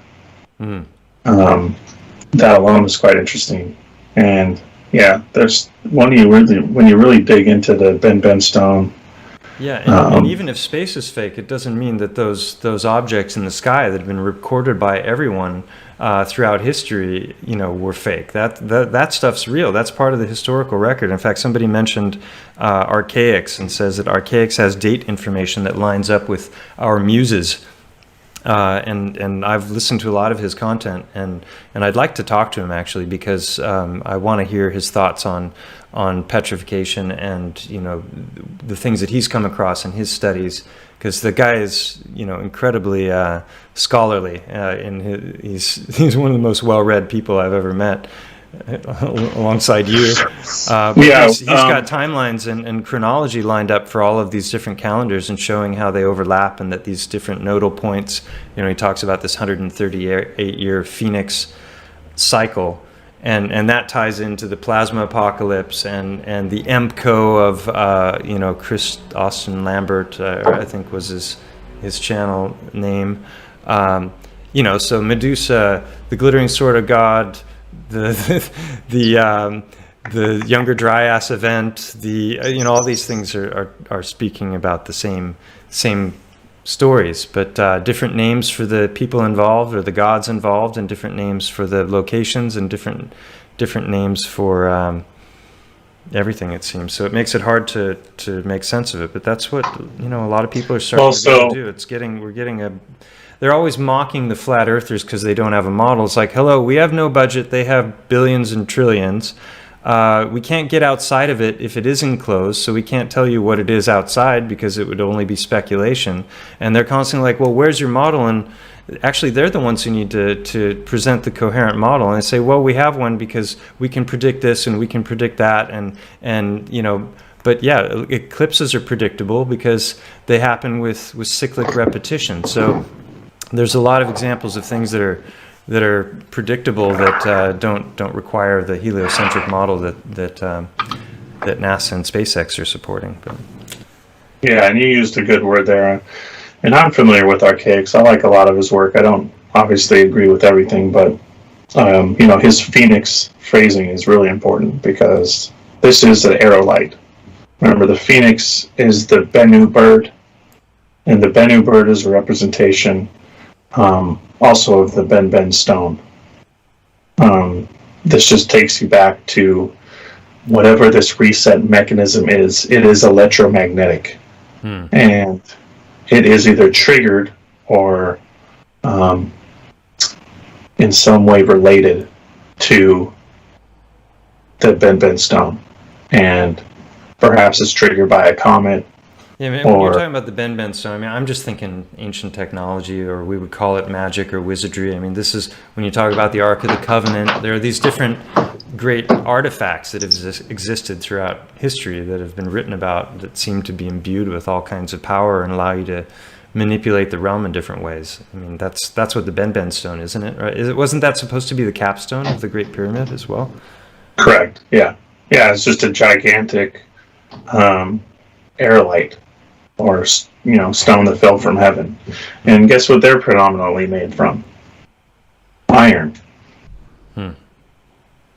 They did a lot of experiments with different ones in the mid-1800s, but they found that whenever you connected them to a battery, they came alive. And the Aurora Borealis was manipulated and did all kinds of crazy things when aerolites or comets were in the air. And yeah, historical narratives about the sky falling, and the Archaics guy, he talks about events where mud fell from the sky and all kinds of stuff. And all of these things are all interrelated. Yeah. And Well, and that's the thing I keep coming back to is everyone wants to point fingers at each other and call each other shills and say, "Oh, he flip-flop and he said something different before," and but ultimately, when we're looking at a lot of this stuff, I think there's a lot of people that are doing that have pieces of the puzzle, but they haven't seen how those pieces fit in with other things. And so I keep coming back to E, all of the above. It's A, B, C, D, and E. And it's also a process of learning, right? I mean, you go through your research, and over time you find out that something isn't what you thought it was, and you come back at it. Totally. Yeah, I mean, that's how it should work. You have changed your opinion on the matter, right? It doesn't mean that somebody else's opinion changes, but... And if you don't do that based on new information that conflicts with what you believed before, then you're pushing dogma, essentially, especially if it's in alignment with what everyone else believes, which is oftentimes not correct. That ties neatly into this question: what is Tartaria? Right? Yeah, I mean, the reality is, even if you weren't looking at history from this sculptured narrative, if you really break everything down into just trying to, the whole concept of the red pill, all that really means is that you kind of got your rose-colored glasses have been taken off, and once they're off, they can never be put back on, and you can never take them off of someone else. And essentially, once you become responsible for your own knowledge, essentially, that's kind of when it all starts. Narrow is the path. These Christ-like figures are always labeled as a door. You stand on the threshold, and only you can make the decision to step through it, right? 100%. This is like Neo in the Matrix. That movie's more of a documentary. Yes. Than anything else. Yeah, and that when you unplug, okay, right? Neo's plugged in through the back of his brain. This takes you back to what I was talking about earlier with the letter Q. The highest fraternal order or level in the Phoenician order was Q. Not only did it mean you were granted the gift of the knowledge of magnetism, you also became a captain of your own ship. Now, when you study admiralty law and law of the land, this is incredibly important because the government labels you as a ship with no captain. So it's all interwoven. And when you study the Hebrew alphabet, the letter Q is also represented by the back of the head. So essentially, the waking up process, or Q, and then you also have Neo, neodymium. Neo, the character, is named after neodymium, one of the most powerful magnets there is. So it's just, again, it's just this interlaced. Going back to Q, I was thinking of the work that you and Victor did some years ago, where you were looking at the Celtic traditions, and that there was this rivalry that existed between the Q Celts and the P Celts, and that you guys were actually documenting quite extensively, almost like an overthrow through language, where the Qs were being systematically replaced by Ks. And if you go back to the Algonquins, for example, and you go back to these ancient cultures, there seems to be this kind of attempt to sweep that letter under the carpet, which is a very fascinating thing, because the 17th letter takes on a whole different significance when you bring it into the present day and all the power struggles that are occurring. And that's where I find that research that the two of you did to be so fascinating. But it's also it's also very much a hot potato that gets channels taken down very quickly. So we won't go into too much detail about that, but.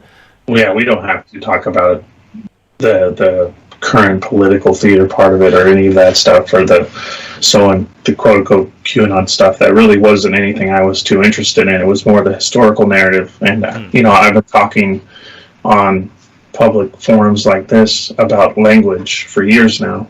and the manipulation of language is incredibly important. And this is what we talked about, the first 10 minutes of the show was Arabic.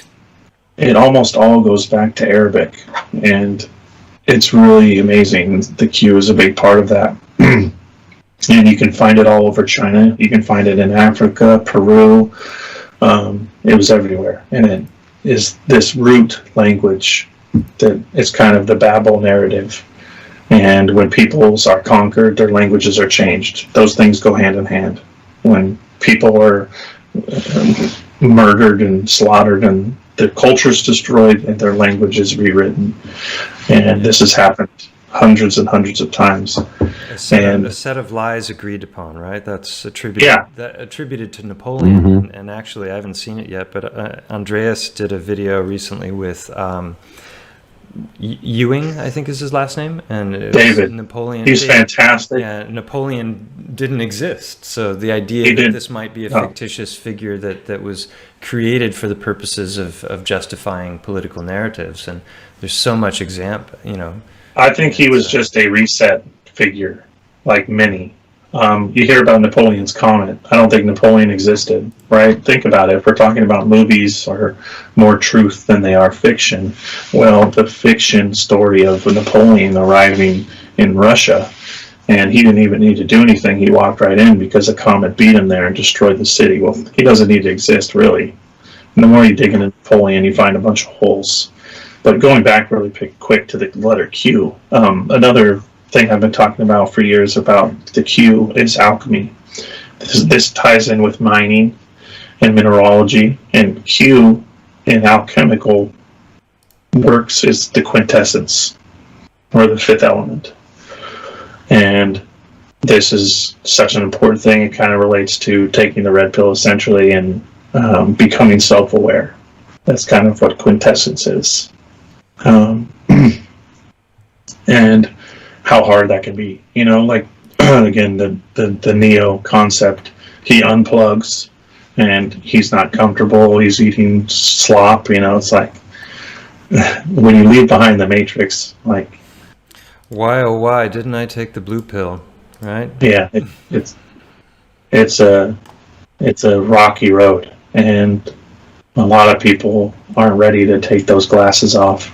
No. Some of us never had a choice. It's like from early on, I was red pilled. So, once you see that there might be other interpretations to things, and start pulling back the veil and looking behind stories, that's when you find out there's a whole lot of funny business. So. Yeah, and the Phoenicians are remnants of Atlantis, and they were all over America, and David Ewing Jr. that Exertus has interviewed. Mm-hmm. He's, I've said his name before. He's probably one of my favorite researchers, because he summarizes the historical timeline gaps better than anyone I know, and that really is going to show exactly what we've been talking about, that they've stretched all of this historical storyboard over several thousand years, and it's really just all really very small. And 200, 300 years ago, this culture and the world looked very different. Well, and as far as the timeline goes, this is basically what Flamenco is putting forth. And David, there's 1,000 years. Discusses. David is in alignment with that. Yeah, and that, it's hard to imagine, but basically, when you look at the I and the J that are on the old maps for the dates, you understand that, that could be, the year of our Lord Jesus, or, with an I, Jesus or Jesus. And so that one is often represented as an I or a J on these old maps and these old buildings. So then, it's this idea that by interjecting 1,000 years into history, they've got a whole lot of wiggle room to play with history in order to make things line up the way they Exactly. want them to with their narratives. Create characters. Yeah, hence all the different calendars, and this is what Archaics has done. He's, with his Chronicon, from what I understand, is that he's lined up all these different timelines, and he's using these Phoenix events, that's how he discovered the Phoenix event, I guess, is by lining this up and seeing that there were these key moments in history across all civilizations where these cataclysmic events had happened. Well, Fomenko is looking at things like eclipses, which again happen very cyclically, and that's why you can use something like an Antikythera instrument and predict them all to perfection. And that was how he mathematically, I guess, determined that things weren't lining up, and there was a whole bunch of fudging that had taken place in the historical record. And that was, he's written something like 100 books now on the subject, right? I haven't read a single one, so don't take my word for any of this. Go look into it yourself. But I think it's fascinating to ponder, and I don't have any faith in Scaligerine chronology at all. There's a wonderful series by a guy named Jan Irvin with Logos Media, where I can't remember the name of the gentleman who was presenting the data, but he had so much evidence to go through, for primary sources, firsthand references showing that Joseph Scaliger was a total fraud, and basically at some point the whole world decided to toe the line and accept Scaligerine chronology as gospel, and it's anything but that from what I understand. Yeah, it's like Copernicus, and that's why I fell in love with newspapers, because you can see people freely speaking about all of these things: timelines, the earth shape, narratives of war, creations of countries, Standard Oil, royal families, anything you want to know. You can get a very honest, well-researched opinion by just looking through the historical newspaper archive. So again, that's a definite plug for the Waking Up with Analog. And I cover everything, because that's where you can find all of that. I cover medical. Yeah, I cover government. I cover everything, and you can see that things we talk about today. These big companies and Rockefeller, medicine, government, were completely opposed to these things that are now completely dominating society. The Rothschilds, we could go on, but the public opinion of all of these things in the conspiracy realm that's lapped upon today was in the open and widely discussed. Right. Just like it is, but instead of it being this niche, conspiracy-based, hidden on YouTube. You can say the same thing about matters of health, for example. Like the current debates which are raging about the nature of how things work when it comes to health and what we should or shouldn't put in our bodies. Those were raging back then also, and in reality, they claim that science won, but really what really happens is at some point they say, no, the science is decided, as if science was an entity that could decide things, or they say all scientists are in agreement about, which is always a lie, because all scientists have never agreed on anything in the history of humanity, right? It's a ridiculous statement, but that's how they push doctrine or push narratives. They just say that, we've looked into this enough and now it's an open shut, close the book on this case. This is what we're rolling with now. And that's when if you start to dig into that, like take microbe theory versus terrain theory and look at the works of, Pasteur versus Beauchamp, I think is how his last name is pronounced, you find out that debate was raging, back in the day, and it wasn't science that won out there. No, and in the 1800s, there weren't hospitals, and there was quite a large debate on what should be represented in a hospital when they first started to become popular and started popping up. And basically the decision of the people they came to was, okay, half the hospital is going to be corporations pushing medicine, pill-based, and then the rest was going to be allopathic. And in the allopathic, it was solariums, So, your symptoms are very mild. We're going to put you in a bed and you're going to lay in front of the sun. The entire day, every minute the sun's out, you're going to be there. And then there was electromagnetic therapy. And then past that, there was magnetism therapy. All of these things that are fringe that we talk about today were widely accredited and the leading forms of treatment in the public sphere in the 1800s. They were talking... Gypsy, yeah, exactly. She writes, Rockefeller textbooks equal government lies. And that if you look at the history of Rockefeller and what he accomplished with, they don't call him robber barons for nothing, but he totally, if you go back and look into the Flexner report, he completely hijacked what we called medicine, turned it into petroleum-based allopathy, completely rewrote all the medical textbooks, had 2/3 of the schools across the nation closed that were practicing natural medicine and healing arts, called all of that stuff superstition and quackery, and basically ushered in the current oppressive regime that we're under now when it comes to matters of health. So it's really shocking, and it's so easy to find out about, and most people have no idea how, not just in matters of health, all of the school books, our entire educational system was basically subverted and hijacked, and they're not educating us to teach us how to spot their dirty tricks or how to overthrow them, and the revolution will never be televised. So, this is where due diligence and actually doing research is so important, because if we're fed a pack of lies on just about everything, then sooner or later, it's going to become very important to be able to discern what the truth is, especially when it comes to matters of health for you and your family. Yeah, I couldn't agree more. And, another really important part of, allopathic versus naturopathic is water. Many of the so-called resorts of the mid-1800s were health resorts. And these health resorts were on top of incredibly potent natural springs.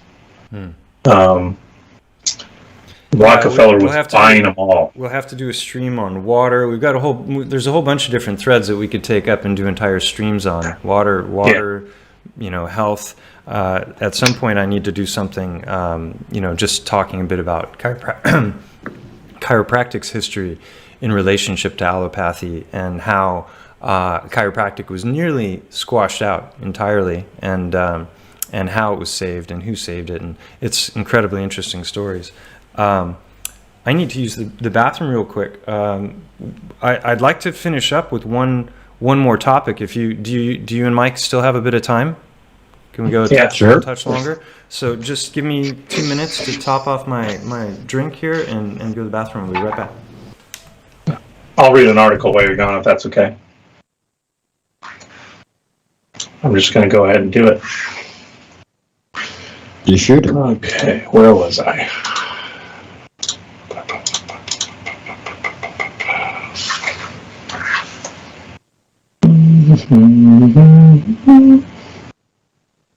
I think Mike wanted to go over some of these canal system things. Well, why don't you go? I'm not even ready, so why don't you just, you've been quiet the whole time, so let's go over maybe what you're showing now, or we can do South Africa, which we've talked about, or we can do Arizona, or... This is Mongolia, which is an interesting sign of civilization, an old civilization using the square building system, having an advanced knowledge of agriculture. You can see all the canals it's here. Like all of the black lines is basically canals. Yeah, it's like Mexico, it's like Peru, it's like Cusco, it's like Venice. Yep. And they definitely lead to the river. Giant canals that connect to the river. Yeah, if you look, like, closer into what you're seeing, like you can see that the canal system goes on and on and on. Yeah, covered in mud, filled in. It's covered in dust or mud but it goes on and on and on. Even here you can see the grid pattern, the layout. It's just that this part stands out because it's still underwater. Yep. It goes on and around the hills. Everywhere you see those white dots, you start discerning that same grid pattern. Just like the American Midwest. Just like the American Midwest, yeah, it's just slightly different, like with the star forts, and the same goes for that system in Southern Africa. I mean, you and I talked about that a lot. There's a lot of great research out there. There's a gentleman that wrote a book about it. I can't remember his name off the top of my head.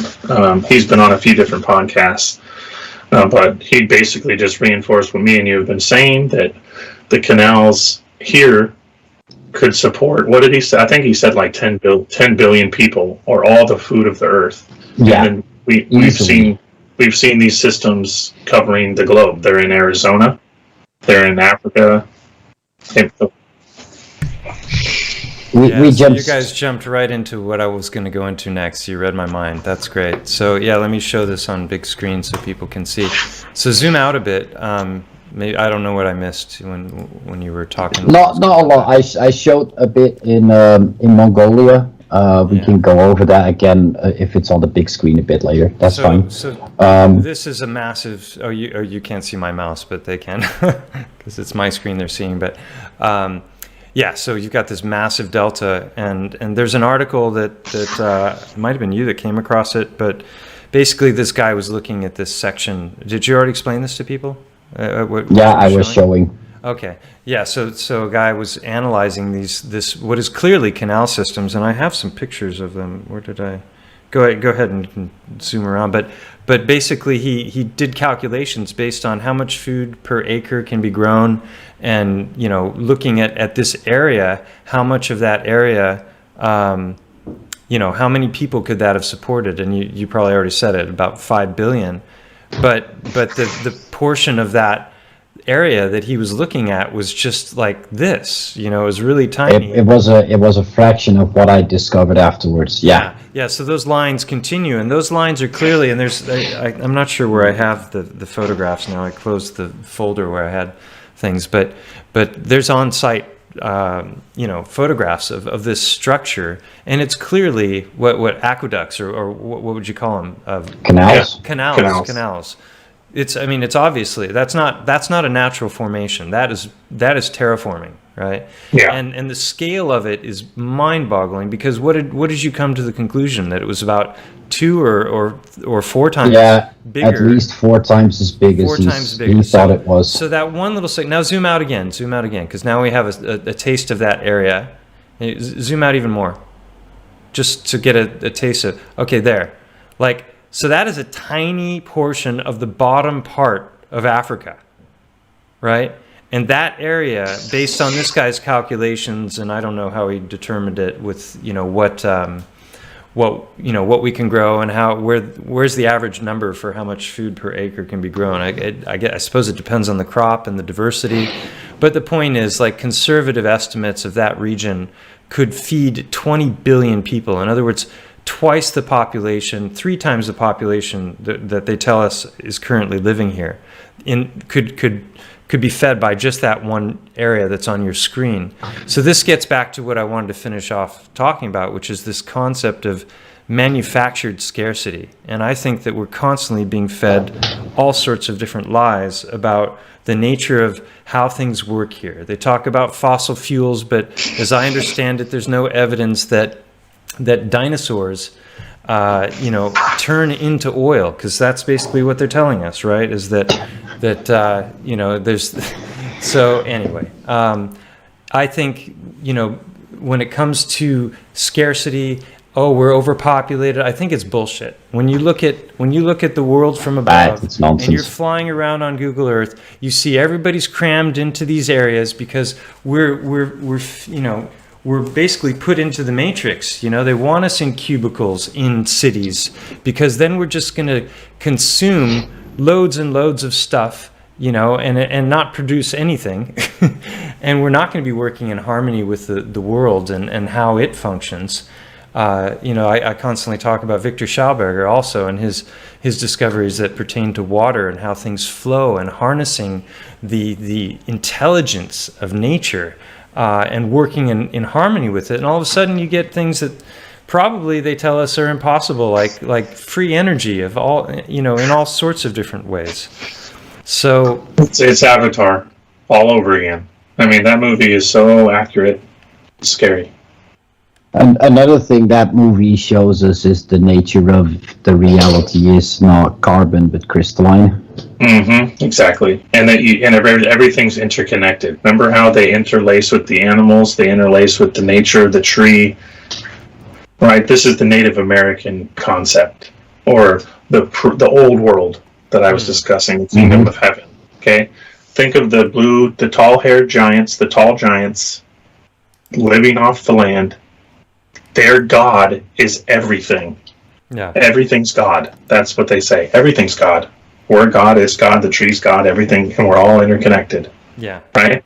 And then someone on a ship comes in and starts destroying everything because they want a resource. And there's no better understanding. A disconnected race that's filled with greed. And then you have one person who's a mixture of that world, but sees the purity in the other. You know, it's just like Neo. It's just like the awakened person. It's the red pill idea. I hate using that analogy, but it's so most people understand it.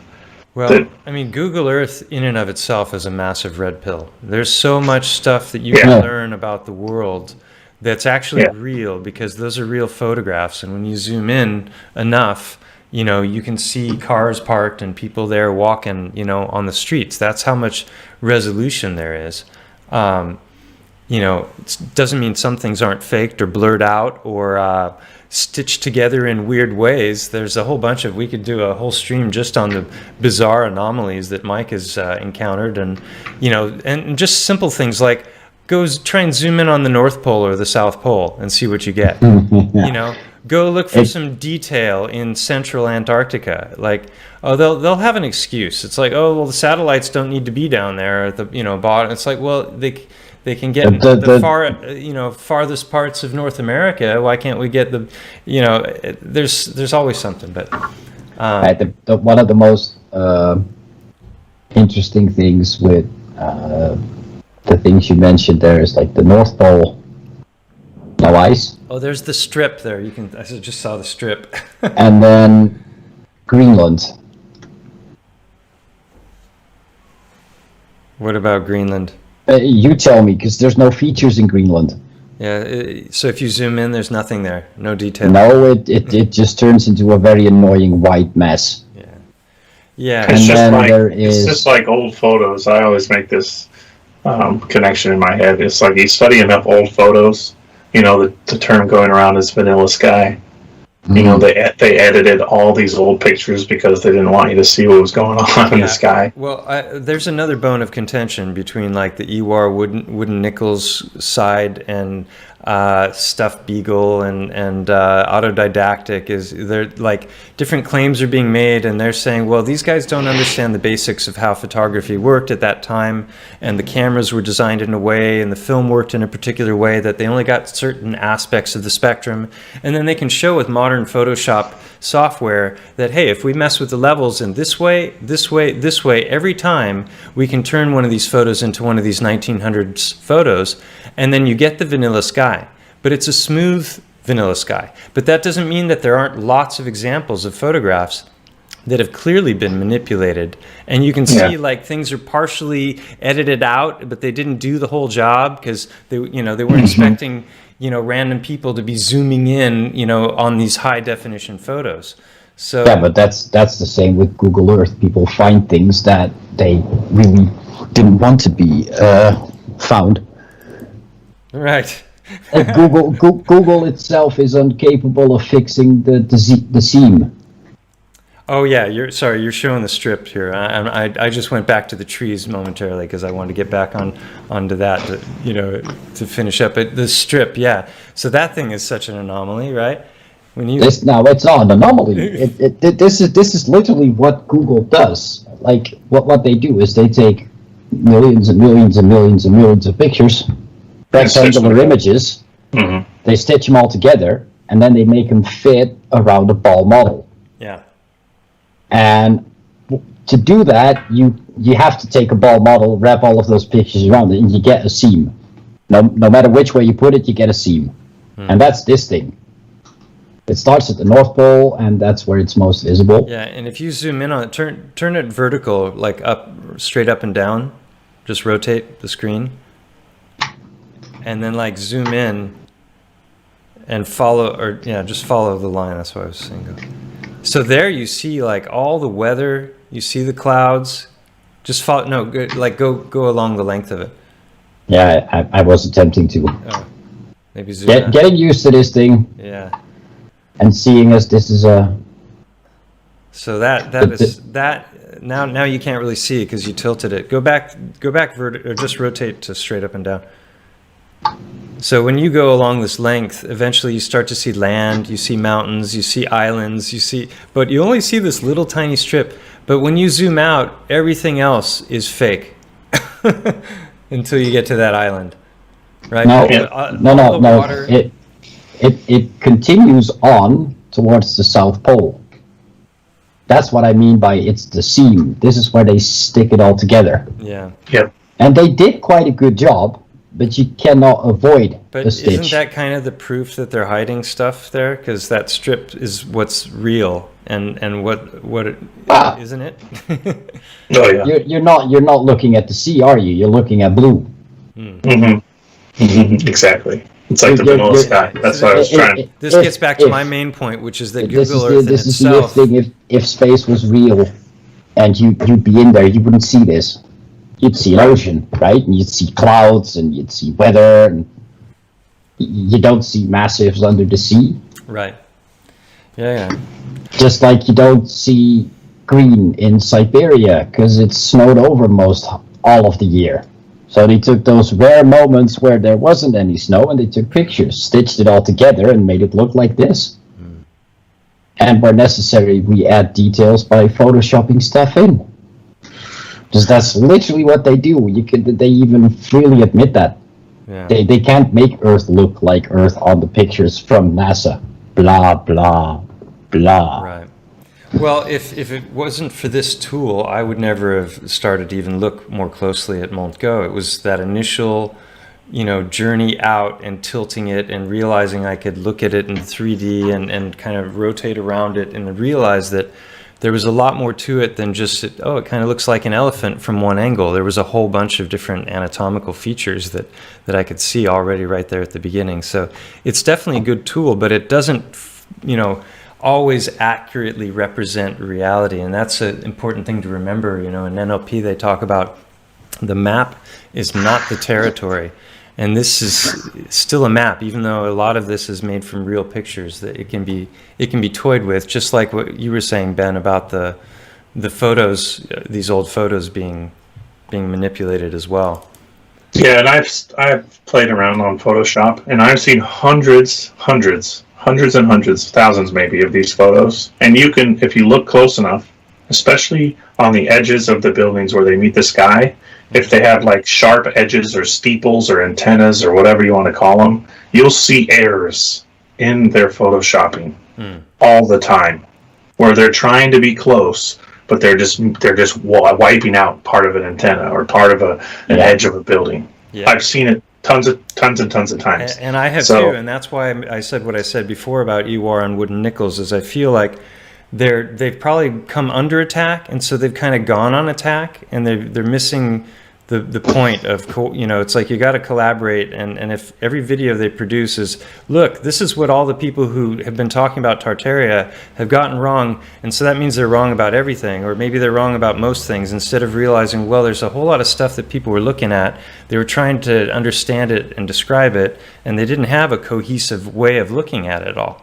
But the more you look at this stuff, the more it starts to all dovetail, make a lot of sense, and it goes nicely together. It's not some long-reaching, far-fetched, crazy conspiracy theory that all of these things were real. Well, guess what? I mean, if you look at this photograph here on the screen, whoops, this looks a heck of a lot like tree, and when you get up close to it, it is tree, and that's what Hangman has been showing. So there are some things that you can know for yourself if you start to look into like his footage. It's undeniable. Those are like, I mean, look at this. Tell me that isn't tree.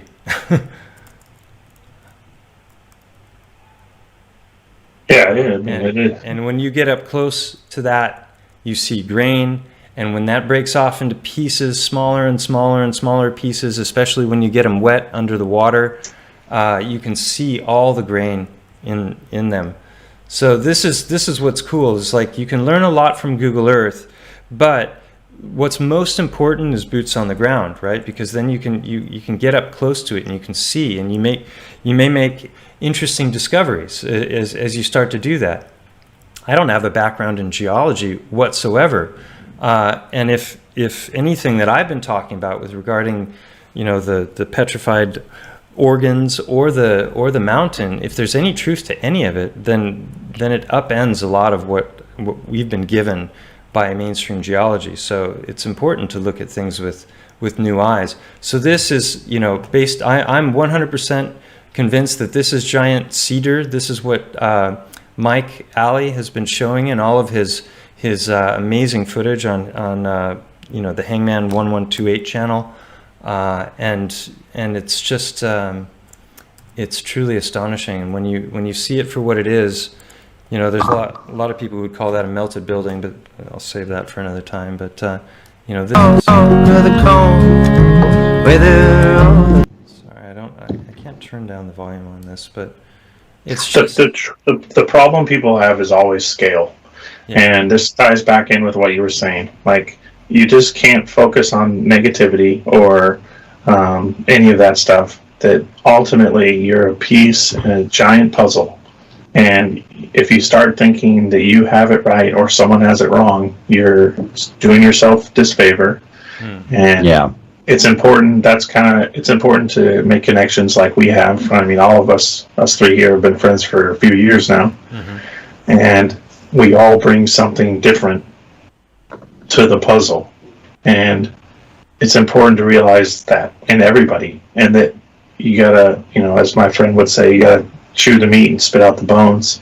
And there's going to be things that help you in your journey build a fuller picture of reality. You always got to be open to the craziest ideas. You can't be closed-minded to anything, because it's proving more and more that the fantasy that we grew up watching wishing and for reading is closer to reality than the narratives we've been given. And geology and mineralogy and petrifaction all are so interrelated. And this is something that they were writing on 150 years ago, and they were openly saying, wow, these petrified skeletons and giants we're finding are the exact same thing that we're digging in the mountain for. And look at this petrified forest in Arizona. These trees have every mineral, like hundreds of minerals in them. This is very strange. Yeah. Well, that's also what Mike is showing now. There's a moped going by here. That's really so poignant, because and I had it paused there, and it just went away as I tried to move it. But there's you probably recognize this because this is your neck of the woods, right? Didn't you grow up in Utah? No, my wife did, but I've been to the Scablands, and I've been to Moab and all over the Southwest. I'm trying to here. Okay, so you're familiar with this spot, maybe? This is Angel's Landing in Zion. So this is, so once you have the eyes to see, this is so clearly tree, all of it, and the way it breaks and separates. It's Hangman has done a tremendous amount of work, because this is one of his videos I'm showing here.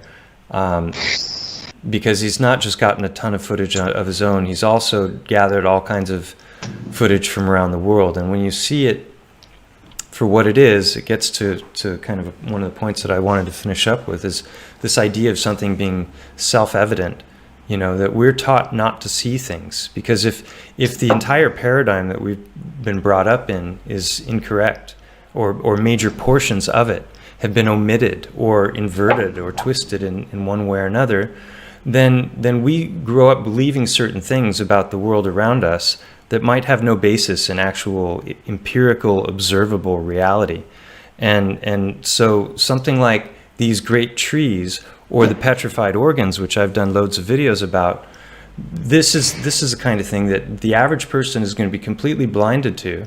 And then as soon as they're you know, confronted with it, they're going to have a whole lot of pre-programmed responses without even really reflecting on things. This is true of the nature of our Earth shape as well. You see certain, you know, arguments or questions come up over and over again, but people, you know, when you dig into it, they really don't even know their own model and what they grew up believing and thinking is just fact and has a basis in science.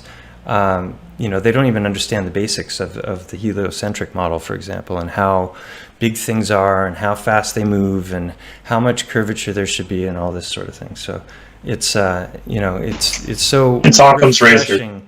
Yeah, it's Occam's razor. It's so refreshing to me to see footage like this and to realize it is what it is. And you know, so he's showing just all the different manifestations of it. And These lies that we've been taught our whole childhood are overtly complicated because they have to be. Lies are always more complicated than truth. Occam's razor is so overarching in this alternative space that we're a part of. here you can see the sap. So you got all the grains of the wood, and you got the sap here and here.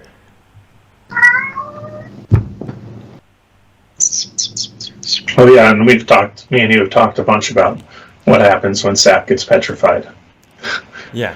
And Well, and how I just learned the other day that there's two different kinds of sap also. One is called phloem. It's PHLOEM.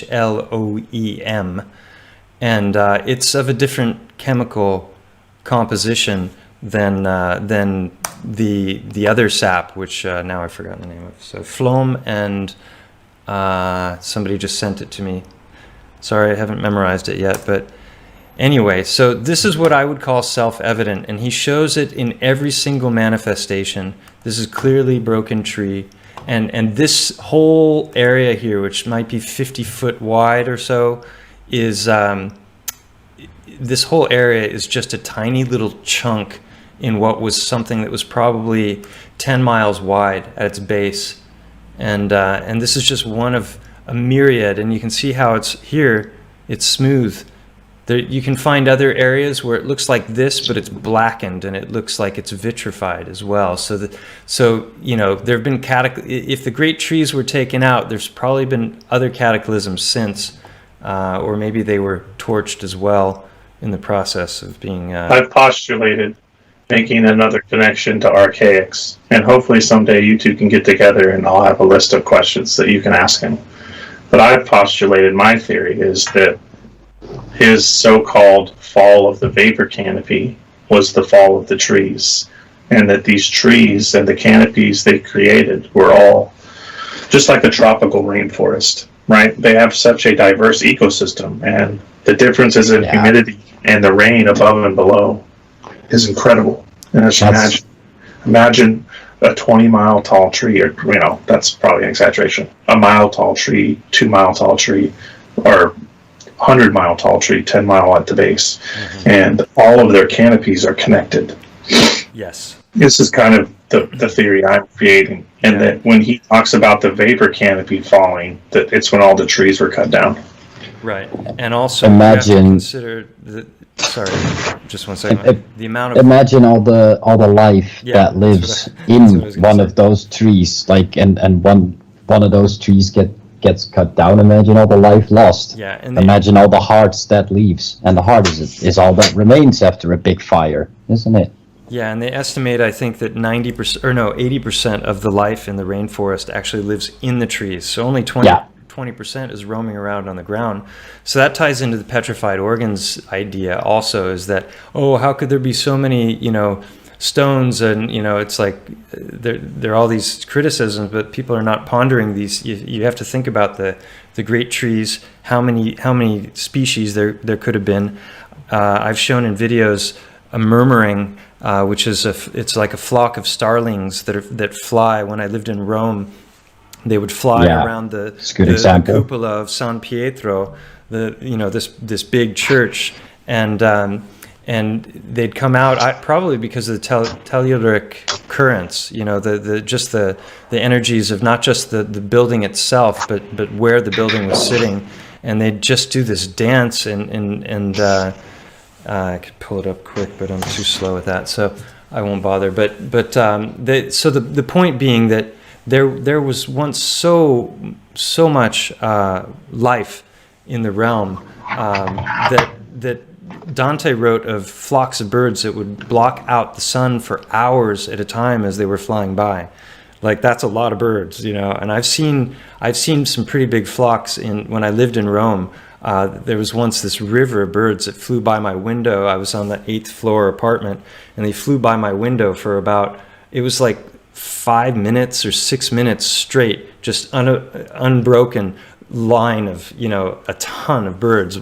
It was fascinating. So that ties into the big trees. If there was some kind of a major electrical plasma event, then what would have been hit first? The tops of the trees, I would suspect, right? And so all of that life that was up there would have probably just rained down as a whole bunch of stones, but that's and fire. And fire and whatnot. But that ties into my whole boiled egg theory and bone broth theory when it comes to the petrified organs.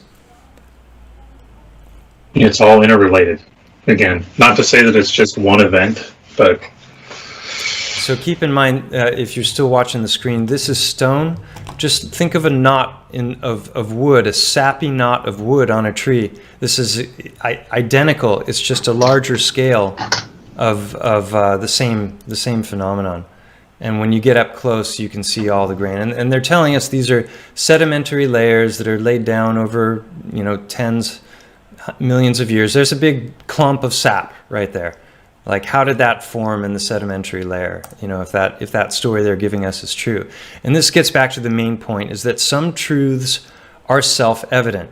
And when you understand and have the eyes to see, and you can see them from what they are, then you reach a point where you actually can know something. And there's a difference between, seeing and understanding and knowing. And this is why, I'm so obsessed and keep plugging his work. I don't know why it took so long for me to really come around to how important this was, and that this wasn't being seen by enough people. This is what I was talking about before with that, it almost looks vitrified, and it's darker. And he'll show this with a tree trunk, and right down to the size of something you put between your finger, looks exactly the same as this massive piece that you're seeing here. So it's fractal in nature, and it's truly amazing, the realm that we're in. And yeah, so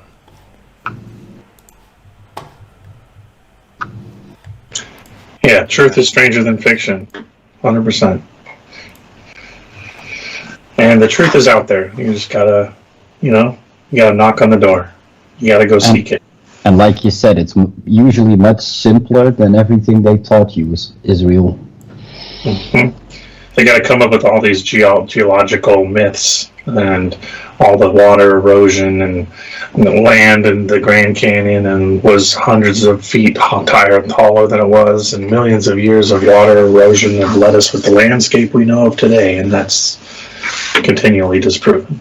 Yeah, it's a bunch of beep.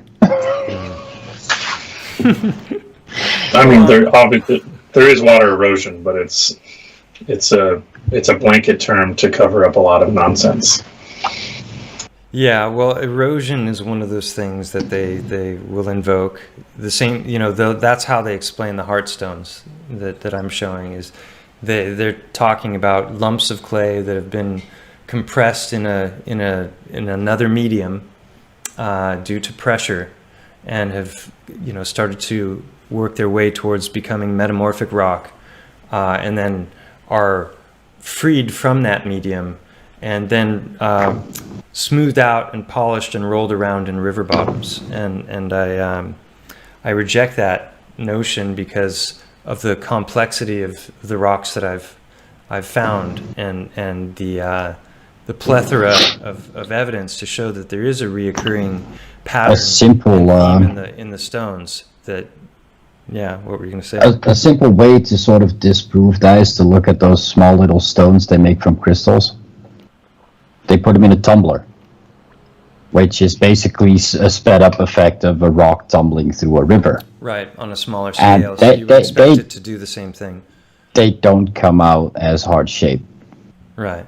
Well, Oh, yeah, that's all and this nonsense. gets back to another part, is that there's a lot of stones that people could find that might take on that shape, but if you look closer, you realize that it is erosion. If you dunk it underwater, you'll see these fine micro-parallel layers, because what you're actually looking at, and Mike has shown this, there's a video, let's see if I can find it real quick, Hangman1128, he's got a video that he's basically just sitting with different buckets, and he's showing all the different manifestations of all of the same stuff on a smaller scale. And he, let's see if it just happens to be here. Now we're back out in the woods again, back to some of that. So, yeah. Anyway, it was. Oh, I know I just remembered the title. Let's see if I can find it. Yeah. Well, And to reinforce your theories, in the 1800s, every mining company was talking about what you're discussing. They were finding petrified brains, petrified limbs, petrified hearts, petrified livers, spleens, and they were saying it for what it was. Oh, we broke it open. It looked like a heart. Everyone was like, no, then we broke it open. Obviously it is. Look, you can see just like what you're doing. Right. Yeah, so it's not just a harebrained idea that I've cherry-picked a bunch of evidence in support of. I kind of, didn't even realize what I was finding, and then the theories came along the way because I was trying to, better understand the evidence itself. And, yeah, so I believe it to be self-evident. They may prove themselves to be something else that I haven't thought of, or somebody might, prove something else along the way. But they're definitely not polycalcitic conglomerate cobbles, which is, what the mainstream would tell us they are. And when you see the scalability and the specificity of the anatomy, you might decide for yourself that what I'm showing is also self-evident, just like these trees, just like the fact that the star forts are everywhere and on a scale that you can't comprehend, and they shouldn't be everywhere based on the narratives, and the canals that could feed 20 billion people just with a tiny section of Africa, and the architecture. And so what if the World's Fairs were made out of wood, and you can show every stage of the construction? It still doesn't make the World's Fairs any less mysterious, right? There's so much oddity when it comes to the World Fairs and the why of them, and different aspects of it, whether it's the orphan trains or the baby incubators, or the the prevalence of all the sanitariums and the asylums. And we have a very interesting past that I think most of us are completely unaware of, and it takes, unfortunately, a lot of time to be able to start to learn about these things and sift through them and try and determine fact from fiction, because it's not always easy. No. The realm was covered previously. Something happened. What the remnants of them were reconstituted and a new population introduced. Yeah. Simple as that. I know it doesn't sound, that's like a big jump to some people, but ultimately that's where it all goes to, is that within 300 years from right now, things were completely different. Everywhere. And maybe we can finish off with 13th Monkey's globe programming there. No, that's the dog begging for a cookie, right?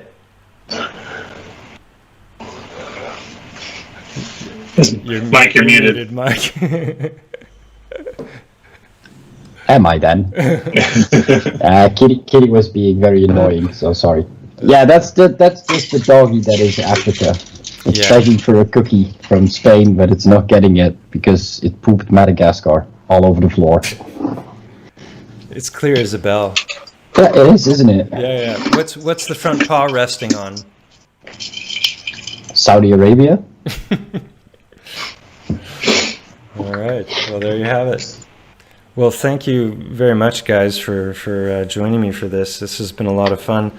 I'm sorry I've been neglecting the chat the whole time. It's still doing this sort of thing is still very new to me, and production and sound levels of I need some practice and maybe some tips from people who know more than me that can help me work out the bugs. But this is a lot of fun to do and to kind of bring you guys in. I've enjoyed our conversations over the last years, so it seems that we should only share our musings with others instead of just keeping them to ourselves. So, So anything you guys would like to say? I didn't really give any kind of an introduction to you, Ben, as far as who you are, your past, what you do, and are interested in. But we can maybe save that for another time.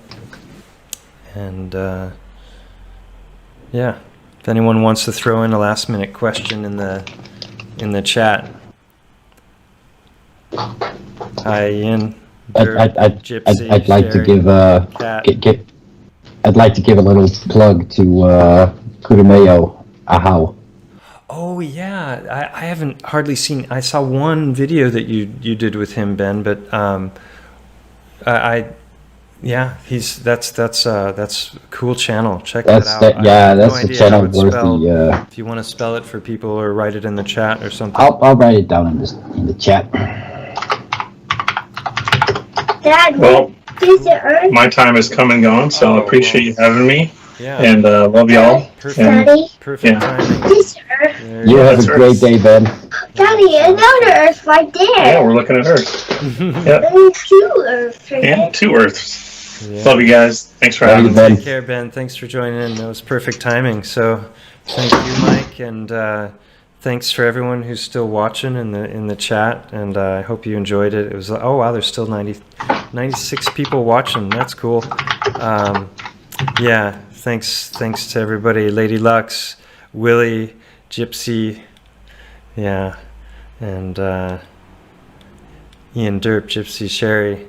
Yeah, thanks to all the mods. You guys are great. I haven't thanked you nearly enough for hanging out and keeping afloat to the chat. So really appreciate you guys, and to everybody else who's watching as well. If you're still with us, until next time.